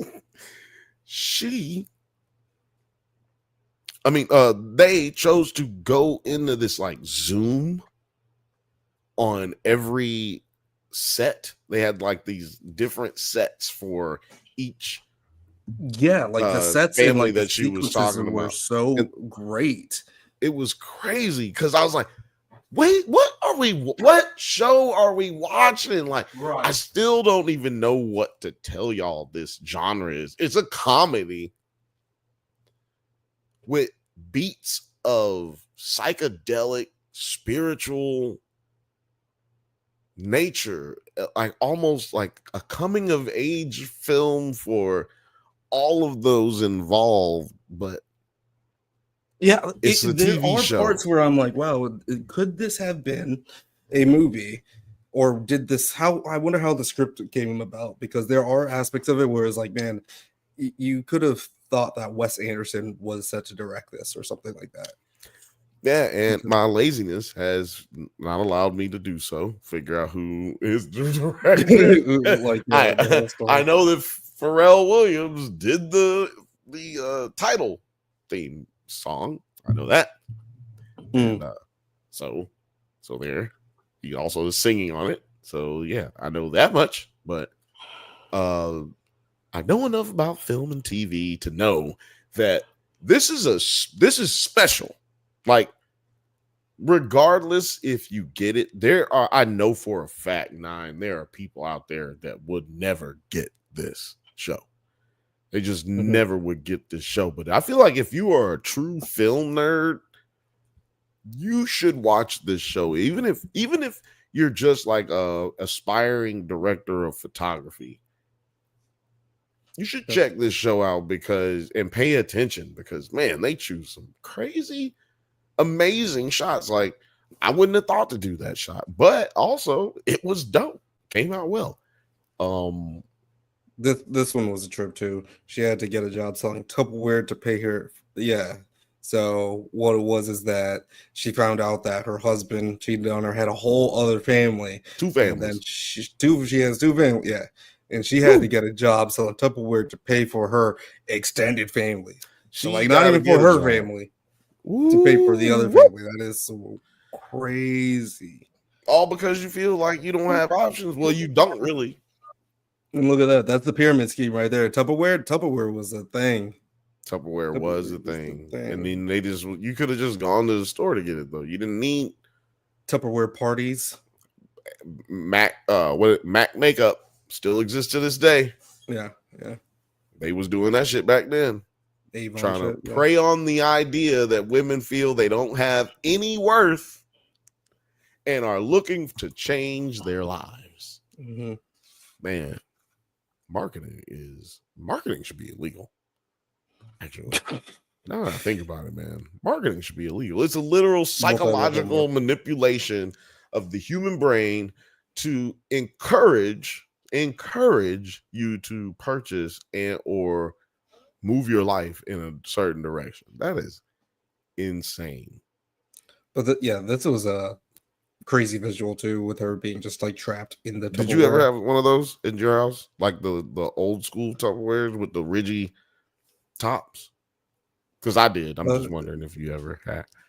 I mean, I guess I had all types of Tupperware, so I'm not sure. Well, there's that. You're a little younger. I mean, there's a specific Tupperware the ones that they actually used to sell for those little pyramid skins that we were talking about. There's a specific Tupperware is Tupperware like a brand or is it like a thing? Is it like Kleenex? No, well, I don't know if it used to be a brand, but now it's Tupperware is everywhere. You know what I mean? So I don't know if it used to be like the people who came out with it only had a lockdown on it, but I know that there was like this universal top that had those ridges on the top, like that in the inside and on the top of it. So ridges were patented. Yeah, so you can see the ridges that she's sitting on. She's sitting in a Tupperware upside down, and those ridges that are there, that actually is exactly how it used to look. If otherwise, I wouldn't have known that this was a Tupperware. I would have thought that she's just in some weird bubble, and they're just going for this weird shit because this is a weird ass show. Okay, Fifth Bantha says Tupperware is the brand, but it's like Xerox, so like everything kind of afterwards just is referred to as Tupperware, right? Yeah, Tupperware, Kleenex. That's what I thought, but I didn't want to say that it was true. Morgan's old, so he was there when it happened. He could spell Tupperware when it came out. I couldn't. See, I only know Tupperware like within the vernacular of like Tupperware party, I would say. In the vernacular of like that pyramid scheme, like Avon, whatever type of shit. Yeah, Othelius, they used to have Tupperware parties, and we were saying Mac Makeup used to have parties, or still do to this day, have parties where they get women together, just women who are usually housewives, and they get them in the couch. I mean, in a living room. Look at all the Tupperware all around her house. It was kind of like what's that bar that everybody was selling, like Nutri bars and all that shit, Better Health and man, I know what you're talking about, like the Herbalife shit. Herbalife, they got a scam that happened in Connecticut where a bitch ended up dead because of the Herbalife shit, man. The shit get real with the Herbalife, nigga. All right. So yeah, Othelius, they used to really get these ladies all together and they take all their money. Fifth Bantha, yeah, they do like have they do have sex toy parties. Yeah, they have sex toy parties. Those are more to sell though. That's more like a situation where they're trying to sell you the sex toys more than they're trying to get you to sign on and to sign. Yeah. That's just good fun, Morgan. That's just good old clean American fun. Sex toy parties. Tupperware party is good, clean American fun that will ruin your life and take all of your funds. But you gotta get that. You gotta get that material up front. Yeah, you get that. That's why she's got so much shit, y'all. She's got to get that shit up front. And like we were saying, man, pimping is a pyramid scheme. This was that one girl. The teenager. So yeah, she got a crazy story. Christina ran away with some degenerate, left her in Washington State, took all her money. Now she's pregnant. Pregnant. Look at these sets. It's like so interesting. It's so crazy. And they chose to back out on this one, so as opposed to the first two where they zoomed in. They back out so that you can see, like, life is fucked in this one. Yeah. But it's so interesting because why does she end it with the smile? Like that? Because remember, she says the mom says she's still in love with the guy. Well, yeah, so y'all don't know that because we didn't talk.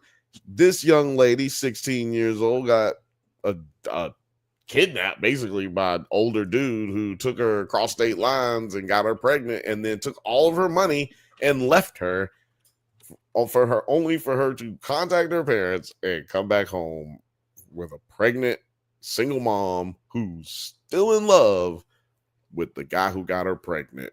Now, which story do you think is saddest? There's 3 stories here. Who's the saddest of them all? They're all sad in their separate ways. Right. Let me explain why they're all sad in their separate ways. One, this woman is literally going crazy and tearing out her hair and is just kind of like falling under the pressure of like trying to keep up appearances. 2, this woman got cheated on and now has to like hustle to support a different family. 3, this one is all about how like I'm getting vibes that like it's a kind of like a cyclical cycle like continuing. Like this is like a generational problem within this family of like getting pregnant young and like being trapped in these situations. Yeah. And but all of these are like kind of just like at the they're all like because of it's all patriarchy shit. They're all because of like outside influences of the patriarchy. But I would say having to hustle to support your husband's other family is fucking nuts. Yes. Man, let me tell you something. It's women back then, Othelius, that killed their husbands just because they couldn't do this any longer. It was no more I'm just gonna deal with this bullshit. There was no more of that. So a lot of women ended up committing murder or unaliving themselves because it was just that crazy. They invented Xanax and Buspar and all that other shit. What's the other one? Quaaludes. They invented that just so they could make women shut the fuck up. Like, which is crazy. I don't know if y'all really understand that. What I'm saying is, and this is not me on one of them situations where, oh, Bill, you just saying crazy shit because you crazy and it's funny. Nigga, no. I'm trying to tell you, they made drugs, certain drugs that people are addicted to today, to this day, so that they could make women shut the fuck up. Like, that is a crazy notion, but it's the reason it happened, man. And guess what? Didn't work. Quaaludes. And now that y'all don't understand. That's why these folks be mad out here. These MAGA, they be mad because dudes don't got it like that no more. And like seriously, my grandpapa and my daddy, they used to do it. Why? I don't have it as good as they had it, even though everybody has it better than their parents had it. Like everybody has it better than the previous generation. Fifth Bantha says, unless I start one, then I need you guys to sign up at a super low price, then sign up everyone you know at a higher price, and you guessed it, everyone they know too, because you can make me rich. You ain't never gonna be rich. But you can enjoy the benefit of contributing to something greater than you. And I heard that there was like it's like only like 30 cycles, like with their plan of action. It's like once you get down to 30 cycles, you like outnumber like all of the people in the world that could possibly even like sign up for your shit. Like there's just no way for it to be profitable other than for the people that are on top. Thus the pyramid. There was this, before Uber existed, like there was this Ponzi scheme called Uber. And this guy, I wish Morgan would help me out. What was that? What was the name of that? Burn fire, crossfire, fire, something. He said that he couldn't. He said that he couldn't figure out the name either. I can't remember the name. But anyway, the guy who started that company started another company. We talking about big tech Ponzi schemes, okay? Ponzi. This is a Ponzi scheme, okay? Not a pyramid. He went from the pyramid to the Ponzi. He started this website called Uber. It was for artists and musicians to post their stuff on there, and they had music executives that were attached to it that would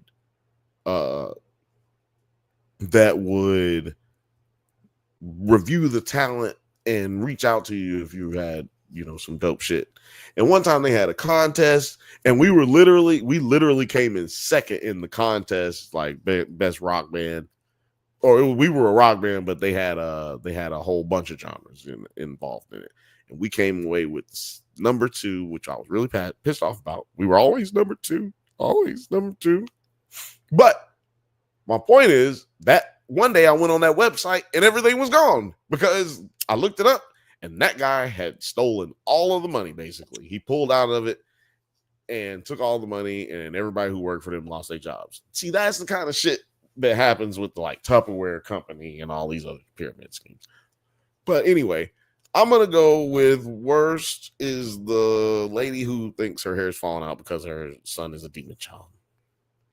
She's clearly surrounded by 2 terrible men in her life, and she cannot escape them. I would say that is, that's also pretty fucking bad. I think because there's Amway news again. Yeah, my those are all homeboy tried to do Amway to me. I was like, get the fuck out of my face. Man, one of my uncles tried in Amway the fucking cards. Amway is like a lot of different stuff. We have the Amway building in Grand Rapids, Michigan. Man, my dad's cousin tried to sell me some motherfucking pyramid scheme card. And he literally said, you get this card, right? And every time you spend it, I make money. But then when you sell somebody else the card, and every time they spend, you make money. I was like, nigga, that's a pyramid scheme. What are you talking about? Right. Yeah, exactly.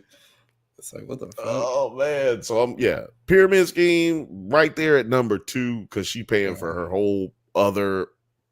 That ain't even her family. Fuck that. Paying for a whole nother bitch's family when this bitch should be selling the goddamn Tupperware, not me. I think why are you getting a job to support this nigga? Like, I don't know. Anyway, and then this girl comes in third to me because there's something about the third one. Yeah, the third one is because that shit is not that shit just happens. That happens today. It happens. It's happening right now. Yeah. And then now. And now. Yeah. Yeah. Every time I clap my hands, a suburban white girl is played and impregnated. Bono. Oh, Bono man. Great. Now, Great what's shit. the joke? The joke is, well, stop fucking clapping.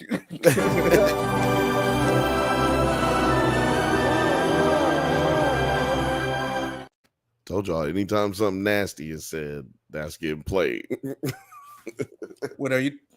No, well, you're not talking about Fire Festival, right?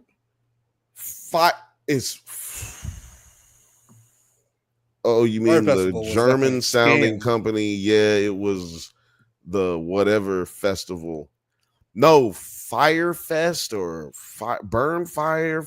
Remember? Hold on. Morgan, it was the MP3 shit, and the girl from Trustful, she was the one who got us hooked on it and shit.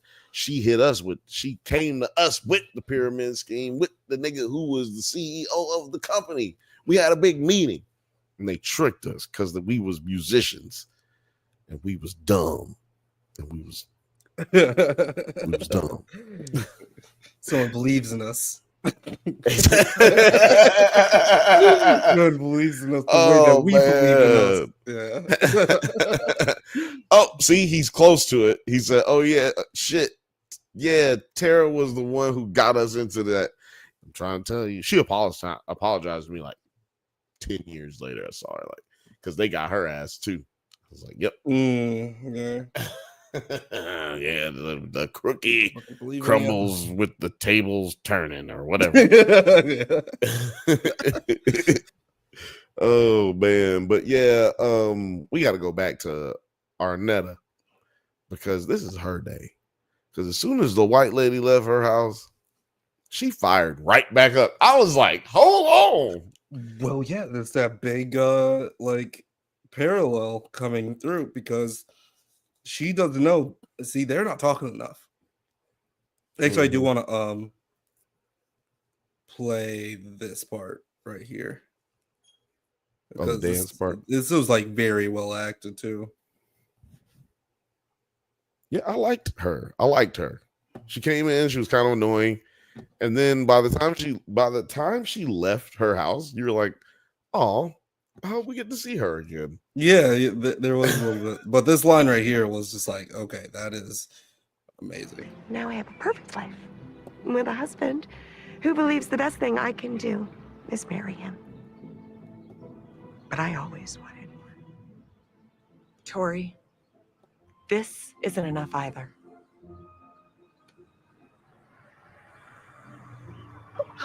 Then her husband gets home and she has to run back off. And she also like says like, oh, not like I was hanging out with my friend over there. She has to say, oh, she needed a cup of sugar or something like that. Yeah. Like, it's such an isolating environment. Because if women are talking to each other, yeah, they might get the wrong idea. They might fuck up. Now, anybody who's just joining it or may have come over from Chaotic Truth or some shit, let me tell you, that's not what we're about here. Okay, and our next guest is Andrew Tate. Hey, everybody! Yeah, no, nigga, I'm just acting. All right, y'all, I'm acting. That nigga said, "What the fuck was you doing, bitch?" I was just giving her some sugar. Where the sugar bag at, bitch? I gave Where's the cup? I left the Tupperware over there. Exactly. I probably would. Oh man, but yeah, this was a beautiful moment between these two characters, and it really brought out the like, yeah, women have it terrible, but we also have the ability to be strong and think for ourselves. We don't have to get caught up in the game of falling in love with a nigga and staying with him just to stay with him. But then we kind of get a little bit of a contradicting message from the next visitor. No, this happens. Because I wanted to. We were already on a roll. Yeah, no. I was just saying it that she. I'm not trying to get you to jump there, but you have another visit from another visitor that kind of contradicts that in a way. I felt like, but yeah. Einstein, the frog, though. I mean, yeah, we got the frog again, and he's like, jump, and he basically didn't he basically tell Hampton to jump too? He's like, go, nigga. Yeah, it's a leap. It's a leap of faith. Yeah, because he jumped over the pole vault. Right. He jumped over the pole vault like, hey, take that leap of faith. And I don't know. That's not close enough for me. That pool. I was looking, I was like, damn, man. I was thinking about like if I saw my mom up there, I was like, Mom. I was looking at it like, oh my God. If this bitch jump off this motherfucker. I was like, don't do that. Baby girl, don't do that. Princess and the Frog. Princess and the Frog. Man.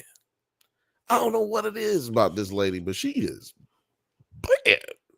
I know what it is. She's hot. Well, yeah, I don't know if that's close enough for real. It ain't, but I want you to notice this is a very serious moment. A black woman is jumping into a pool, submerging her head underneath. Yeah. Look at how her hair look, nigga. Yeah. She finna go back in the house, hair finna be crazy, okay? But she don't give a fuck. Cause she like, I'm taking this leap of faith because I have power and choice. I have the ability to do what I want to do.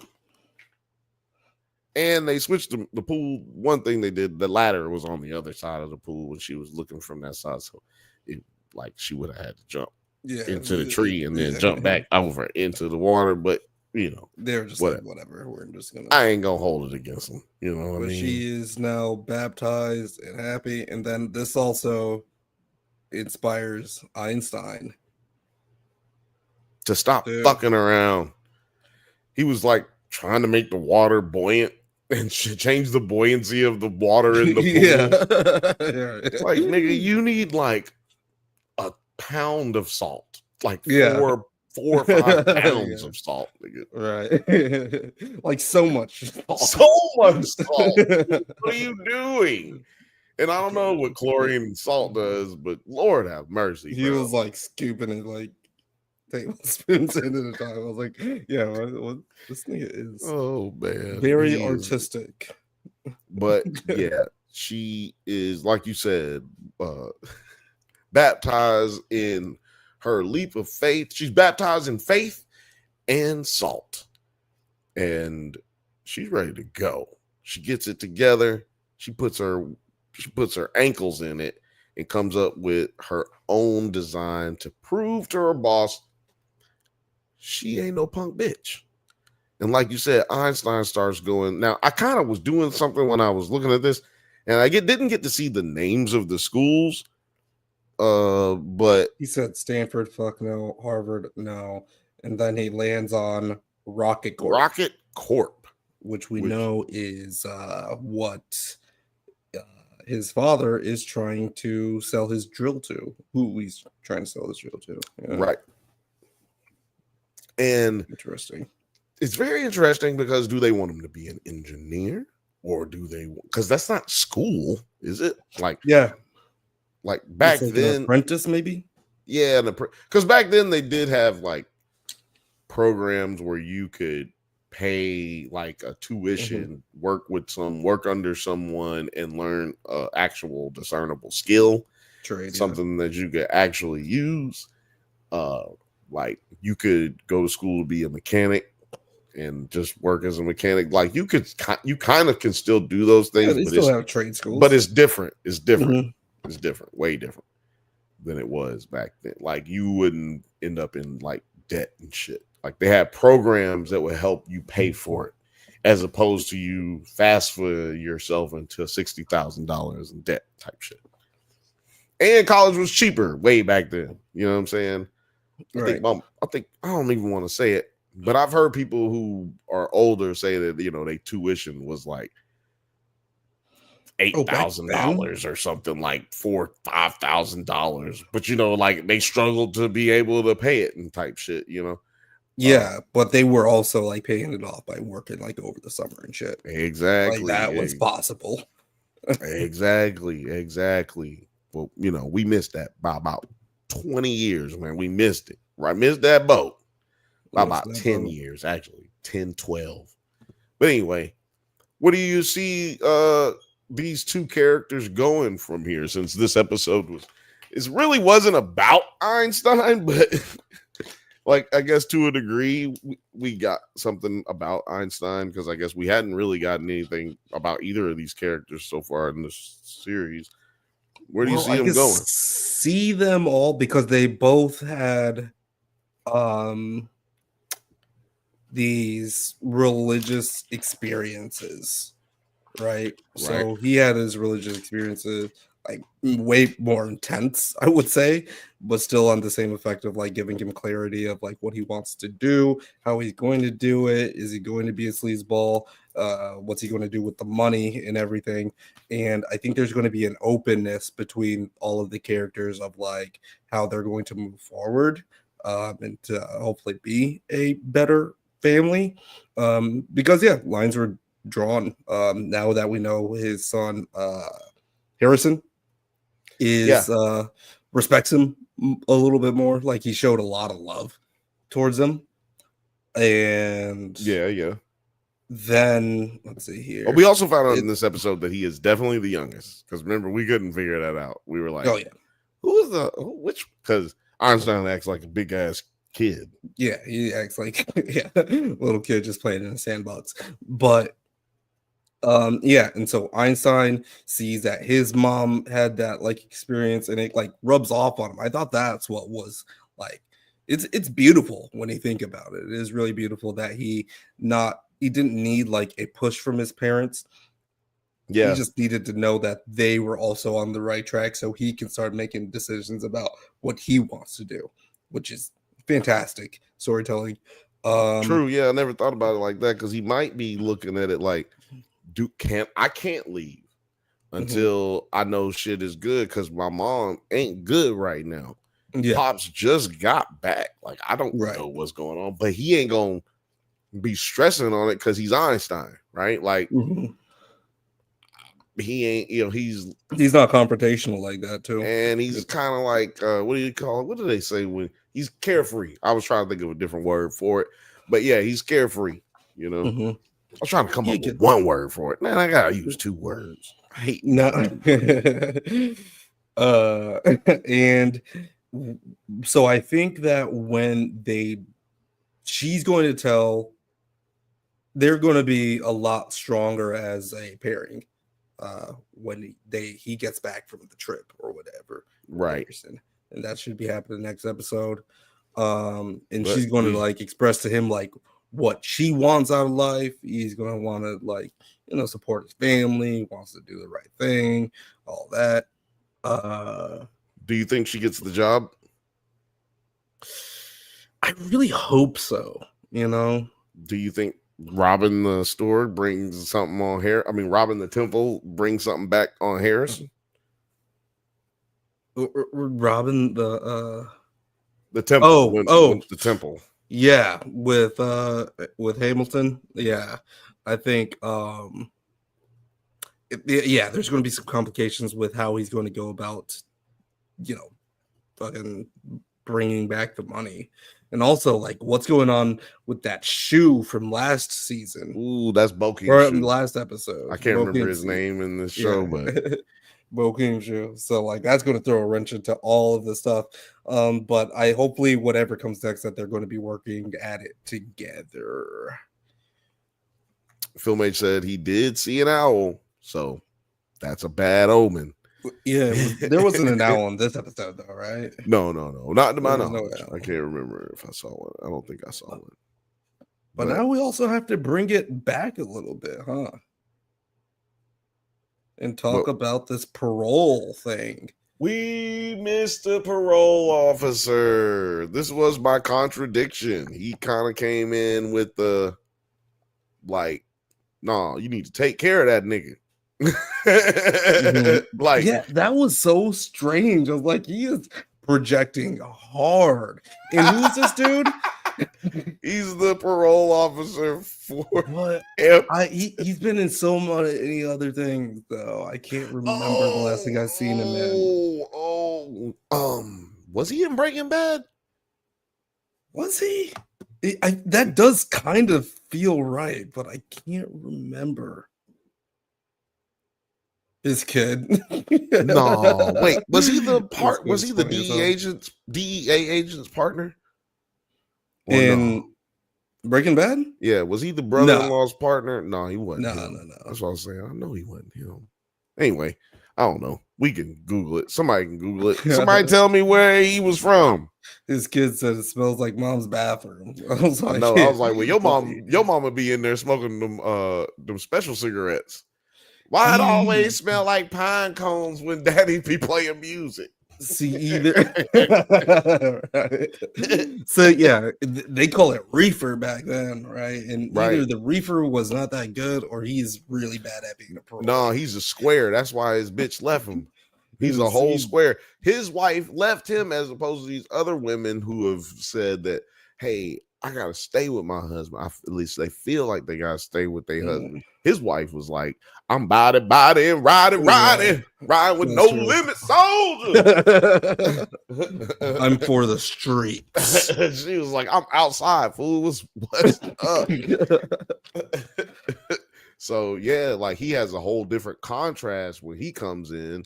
He's basically giving her information that is true though. Like people who are incarcerated do better when they can be around a support system that doesn't involve crime.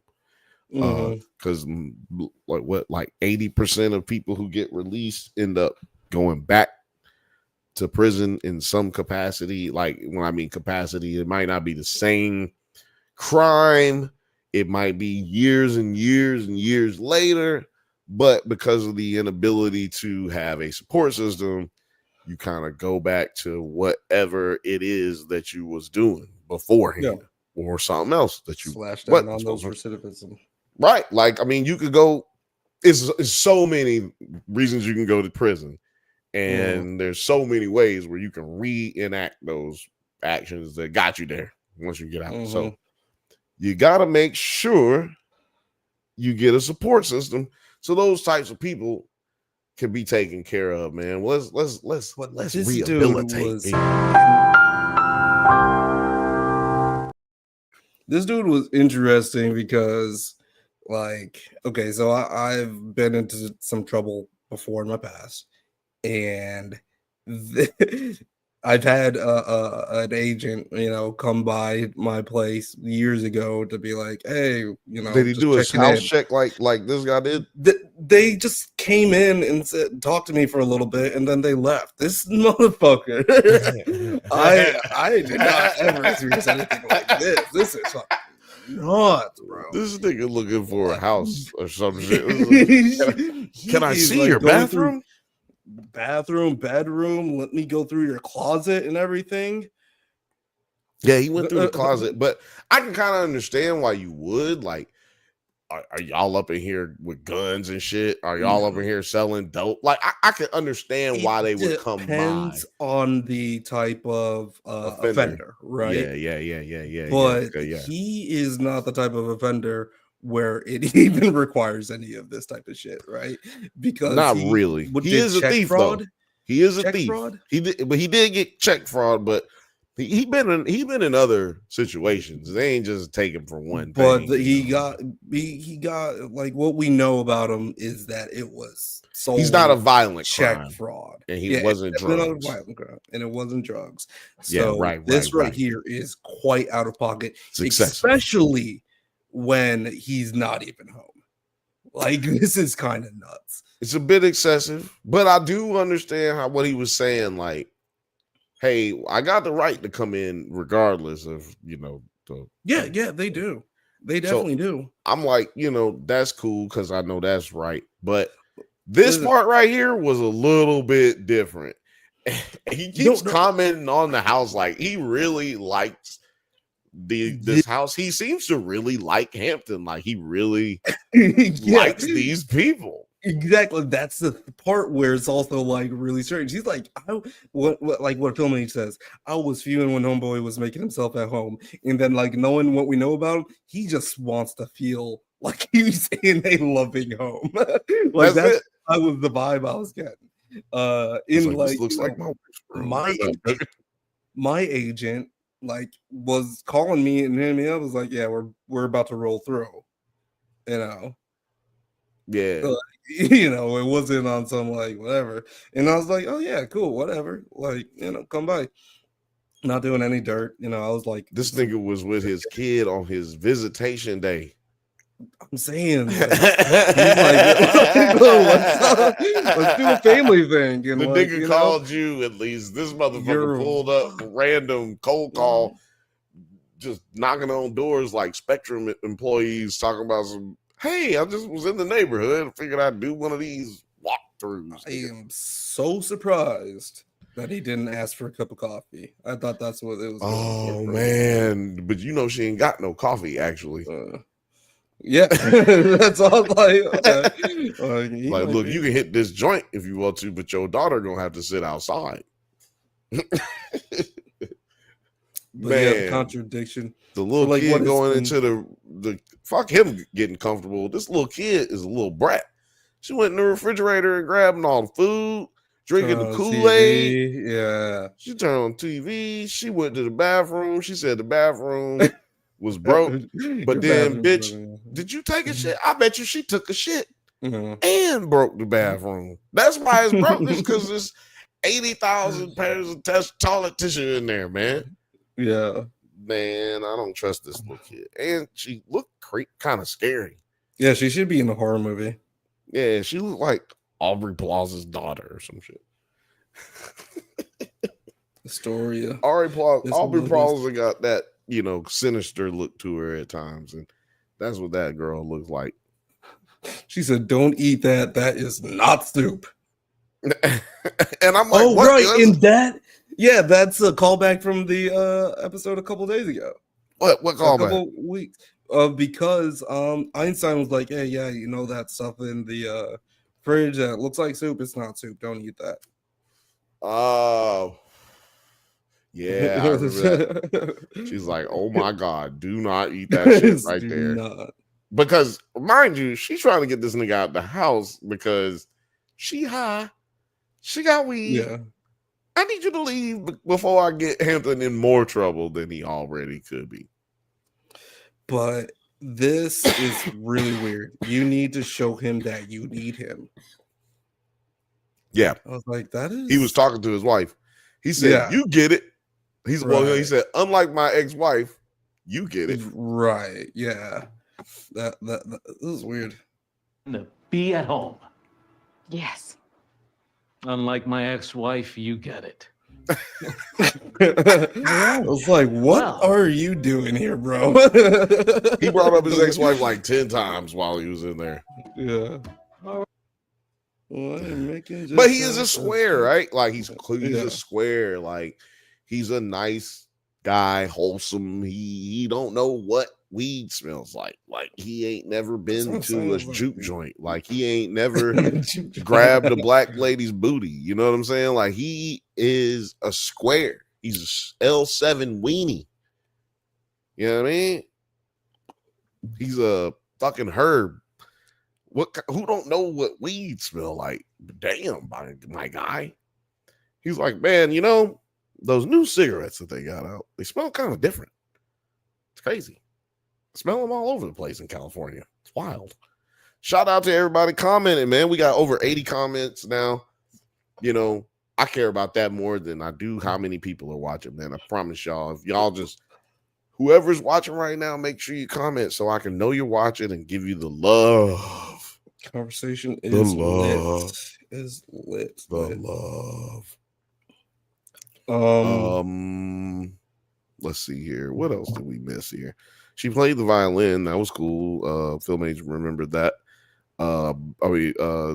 With the little girl started picking it up too and playing it. I wish she had actually played it and not just plucked around. But maybe that's all they were really. Maybe they didn't have time to prepare to be like, okay, we need you to have 3 months to learn how to play the violin. Like she had a couple of weeks and she had to learn how to pluck that out real quick. And that's all we were going to get, But what was this thing? Because this lady is also going deranged because she said she's termites. She was waiting on the exterminator, and he was late or wasn't coming. And she said she can hear them in the walls. So she came over because she just had to get out of the house. And when she left, she said, "You should get your house checked for termites. I can hear them in the walls." Crazy. Yeah. Which that's what I'm saying, man. They've both been visited, and including Coffee Lady, because this lady says she saw Coffee Lady as well. Remember that? When did she say that? When they were in the living room, and right when she walks in after this,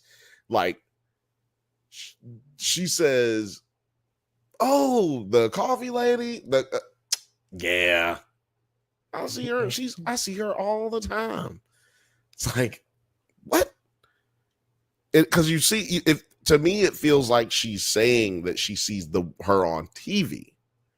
Like, oh yeah, I see. Like, it's almost like they're having these two different conversations at the same time. But I think they are having. I think that she's like, yes, I do. Right. Yeah. Let's play this a little bit.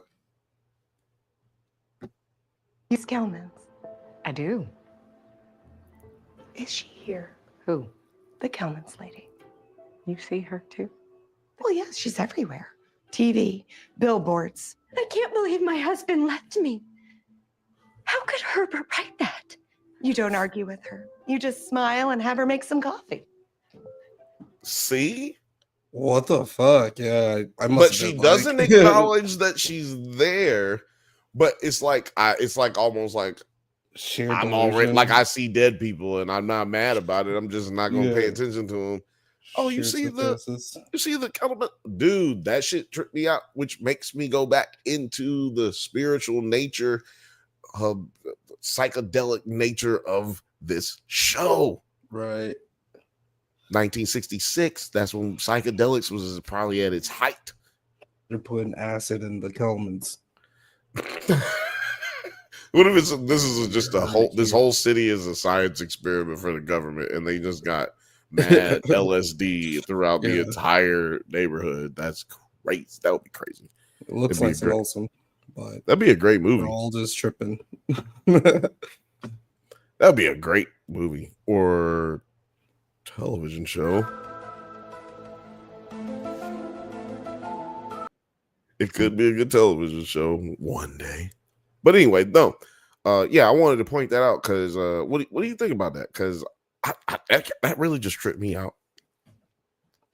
Yeah, I didn't even catch that the first time I watched it. And that is crazy. So, like, maybe it's also just like a feeling that she's starting to feel now because of her husband being back. And now she's like joining into that shared psychosis that like all of these other women have been going through. So she hasn't really been welcomed to the neighborhood by the other moms yet because she's had this like she hasn't felt that pressure. And she's different than them in the sense that she don't have a husband technically for like 7 years. She's like, I've been living here for 7 years. Like, what? Yeah, well, you haven't been like us though. You're not like us. You're now not you like got your husband back. We can all associate with you without our husbands thinking that we're crazy. Right. So I think that this also is a part of that, like this psychosis, if you will, this state of like being closed in when she jumps off the roof. When she gets on the roof, this lady, I wish I could remember the lady's name. She says that there's nothing between you and the sky, which metaphorically they're in house all day, or at least she's in house all day as a female in the 60s. But when you can go on top of the roof, there's nobody between you and the sky. I'm just up here. And it's a sense of freedom. So when she jumps into the pool, it's a sense of like getting rid of this bitch off you, getting this coffee lady up off me, man. I don't need no coffee lady. I need to get this project done. Because she was really just procrastinating throughout the day.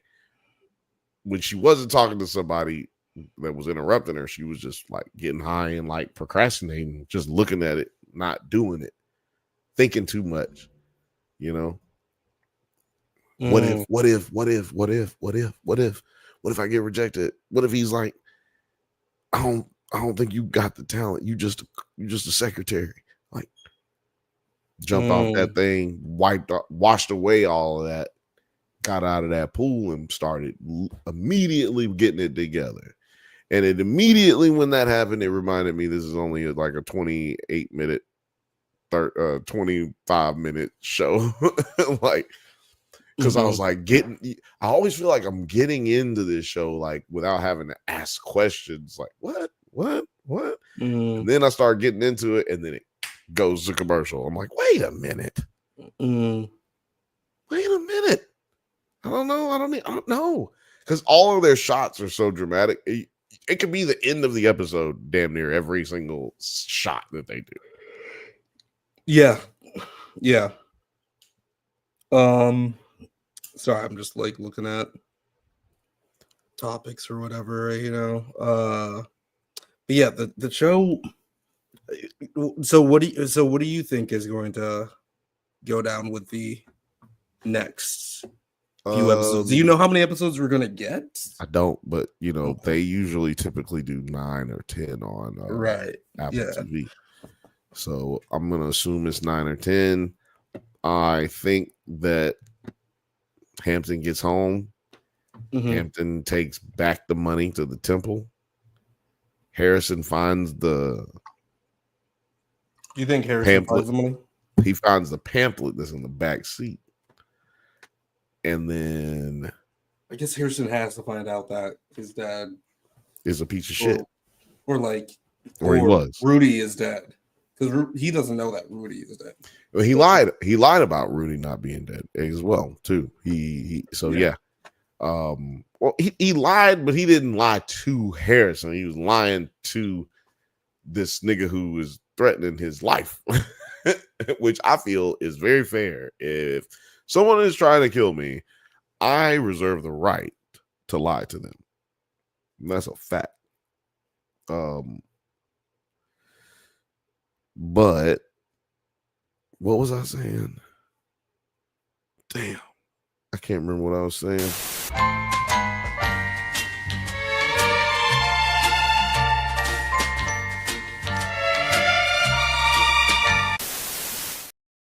So, with that being said, I can basically say that I think that, yeah, Hampton gets caught in a certain way, not by anybody, but maybe his family, but explaining that he gave the money back and that he did it for them and that he is just going to basically ride it out with the drill and letting them know, most likely letting them know that he's in danger of these guys trying to either send him back to jail or kill him so they can get his drill. And then somehow or way or another, the white guy who is his partner helps him get out of it, whilst Bokeem somehow or maybe takes the fall for Hampton so that Hampton doesn't have to go to It's weird, because this is a rewind, of an episode, which is interesting. So this doesn't actually progress the timeline. It just kind of progresses the character development of what's going to be happening when he gets back.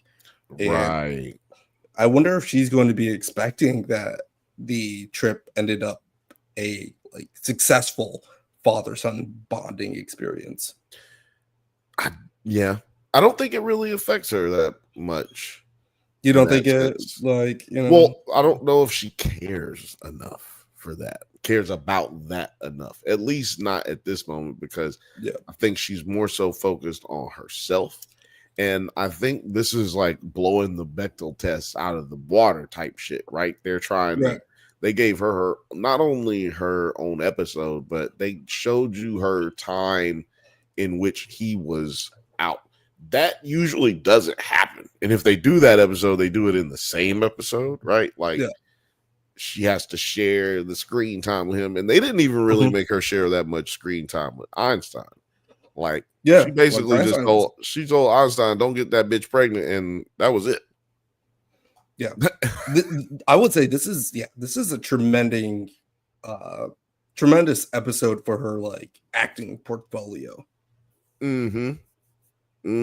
She played a judge on CBS, but this is another ring on the coat rack.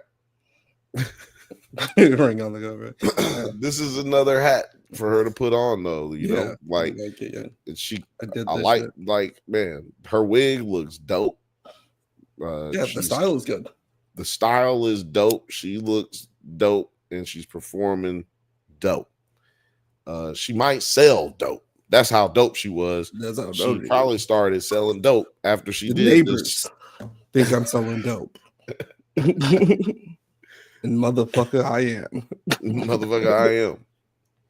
I just sell it on the other side of town. Don't worry about me. Don't worry about what I do. What did the Bantha say? I'm watching, but soon be crashing. That's why I asked first if you if you see the Kelman's lady, I think they both hallucinating. It's definitely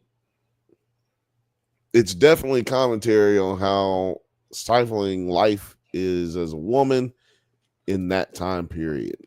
You're absolutely right. I love the analysis. That way I don't have to say it and we can get out of here. No, I'm joking. But seriously, this is a great episode. I'm glad women got an episode. Like, truly, this is a woman's episode. Even when the guy comes in, he comes in with a girl, right?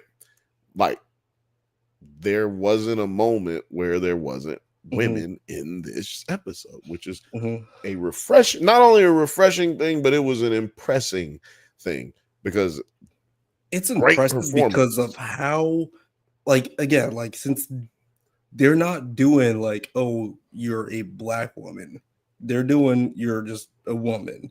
And it's like kind of refreshing because they could have easily taken it there with the neighbors and everything. Like, oh yeah, your husband went to prison and all of this shit. Like, so much stuff that they could have used for like the black lady stereotype, and they did not even try to go there. And they still made a banger of an episode with that commentary involved. Feel the blackness.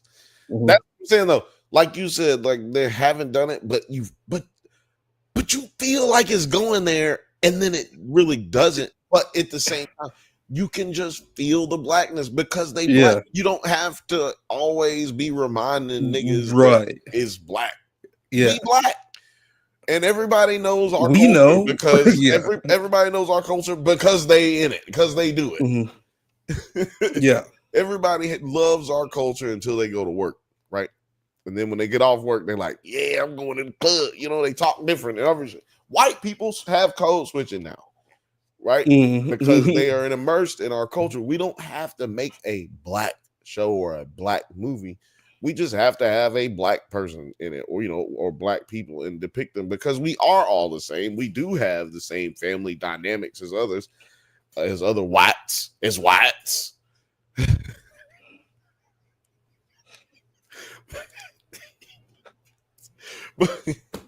But we do. We all have the same issue. If you're an American, I never lived outside of this country, so I can't speak for anything else. But in America, we all have the same hangups and tropes that we go through in life. And it's unless you pay attention to that, it makes it hard to buck the system. And we have a lot of successful ladies throughout all time, who have bucked that system and we're able to be successful.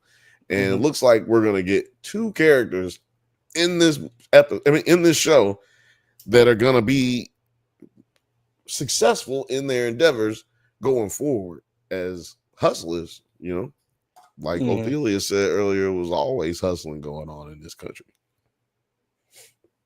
Always hustling. What was I had something on my mind, but I can't remember. You sure you can't remember? Nigga, no. Well, nigga, no. I can't. But yeah, I've already given my final thoughts. Have you given your final thoughts? Well, I'm just excited to see what's going on with the next episodes. This is been one of those shows. It's like, I guess someone's got to talk about it. There's about 3-4 people who are talking about it on YouTube. Shout out to them. I think the only reason they're getting views on it is because they already were getting those kind of views, because you guys haven't really been engaging with us as much as the common side effects videos, right? Like that to me blew up in a certain segment of TV viewers because of Adult Swim. This is on Apple TV Plus, and unless you just watch Apple TV Plus, which I feel like a lot of people don't, I'd say most people don't, then this one's gonna go over your head. So if you got time to bootleg this or if you want to just join for like a 30-day trial or some shit. I don't know what they do over there, but I suggest you try to find this in some kind of capacity and watch it for sure. Buy a new iPhone and you'll watch the show.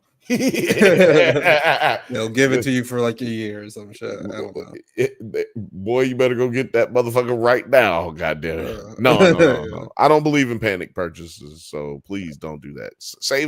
Buy the iPhone, save the toilet paper. Jesus Christ. Right. Yeah. Right. Yeah. We will have enough if you don't take all of it. Jesus Christ. Why are you guys like this? But yeah, man, you know what I'm thinking? Do me a favor, please. Get out of here. Get out of here, man. Is that that? Okay. Well, you know what? Unless you can remember what you was going to say. No, I don't know. Like, we talked about Thunderbolts a little bit. You gave me the thumbs up on Andor. We'll be talking about that on Monday. On Monday. Thunderbolts video is now out, so you guys can go and get that. On Nerds at Night. Go check it out. And then New Pope. There's a new Pope. Hey, New Pope.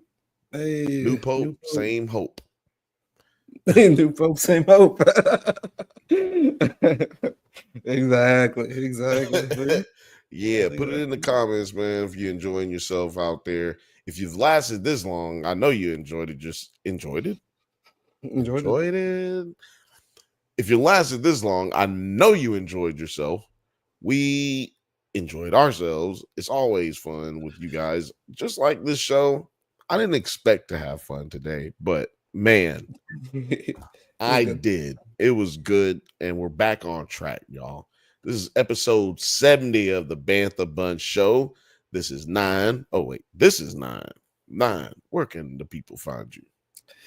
If you can find me, that's 9 Yards. That's on Instagram, TikTok, Twitter, Blue Sky, and we also have a Discord channel where people will be getting lit and talking about all their favorite stuff. And I need to participate more. Love that.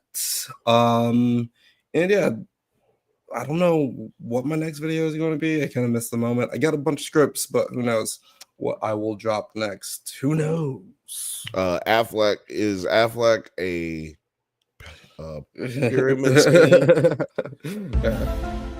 That's the new video that we're gonna do, boy. I'm trying to tell you, man. That's gonna be good. That's gonna be good shit. You can put it on 9 Nerd Yards. I'll help you with it. We can get that one out. Affleck.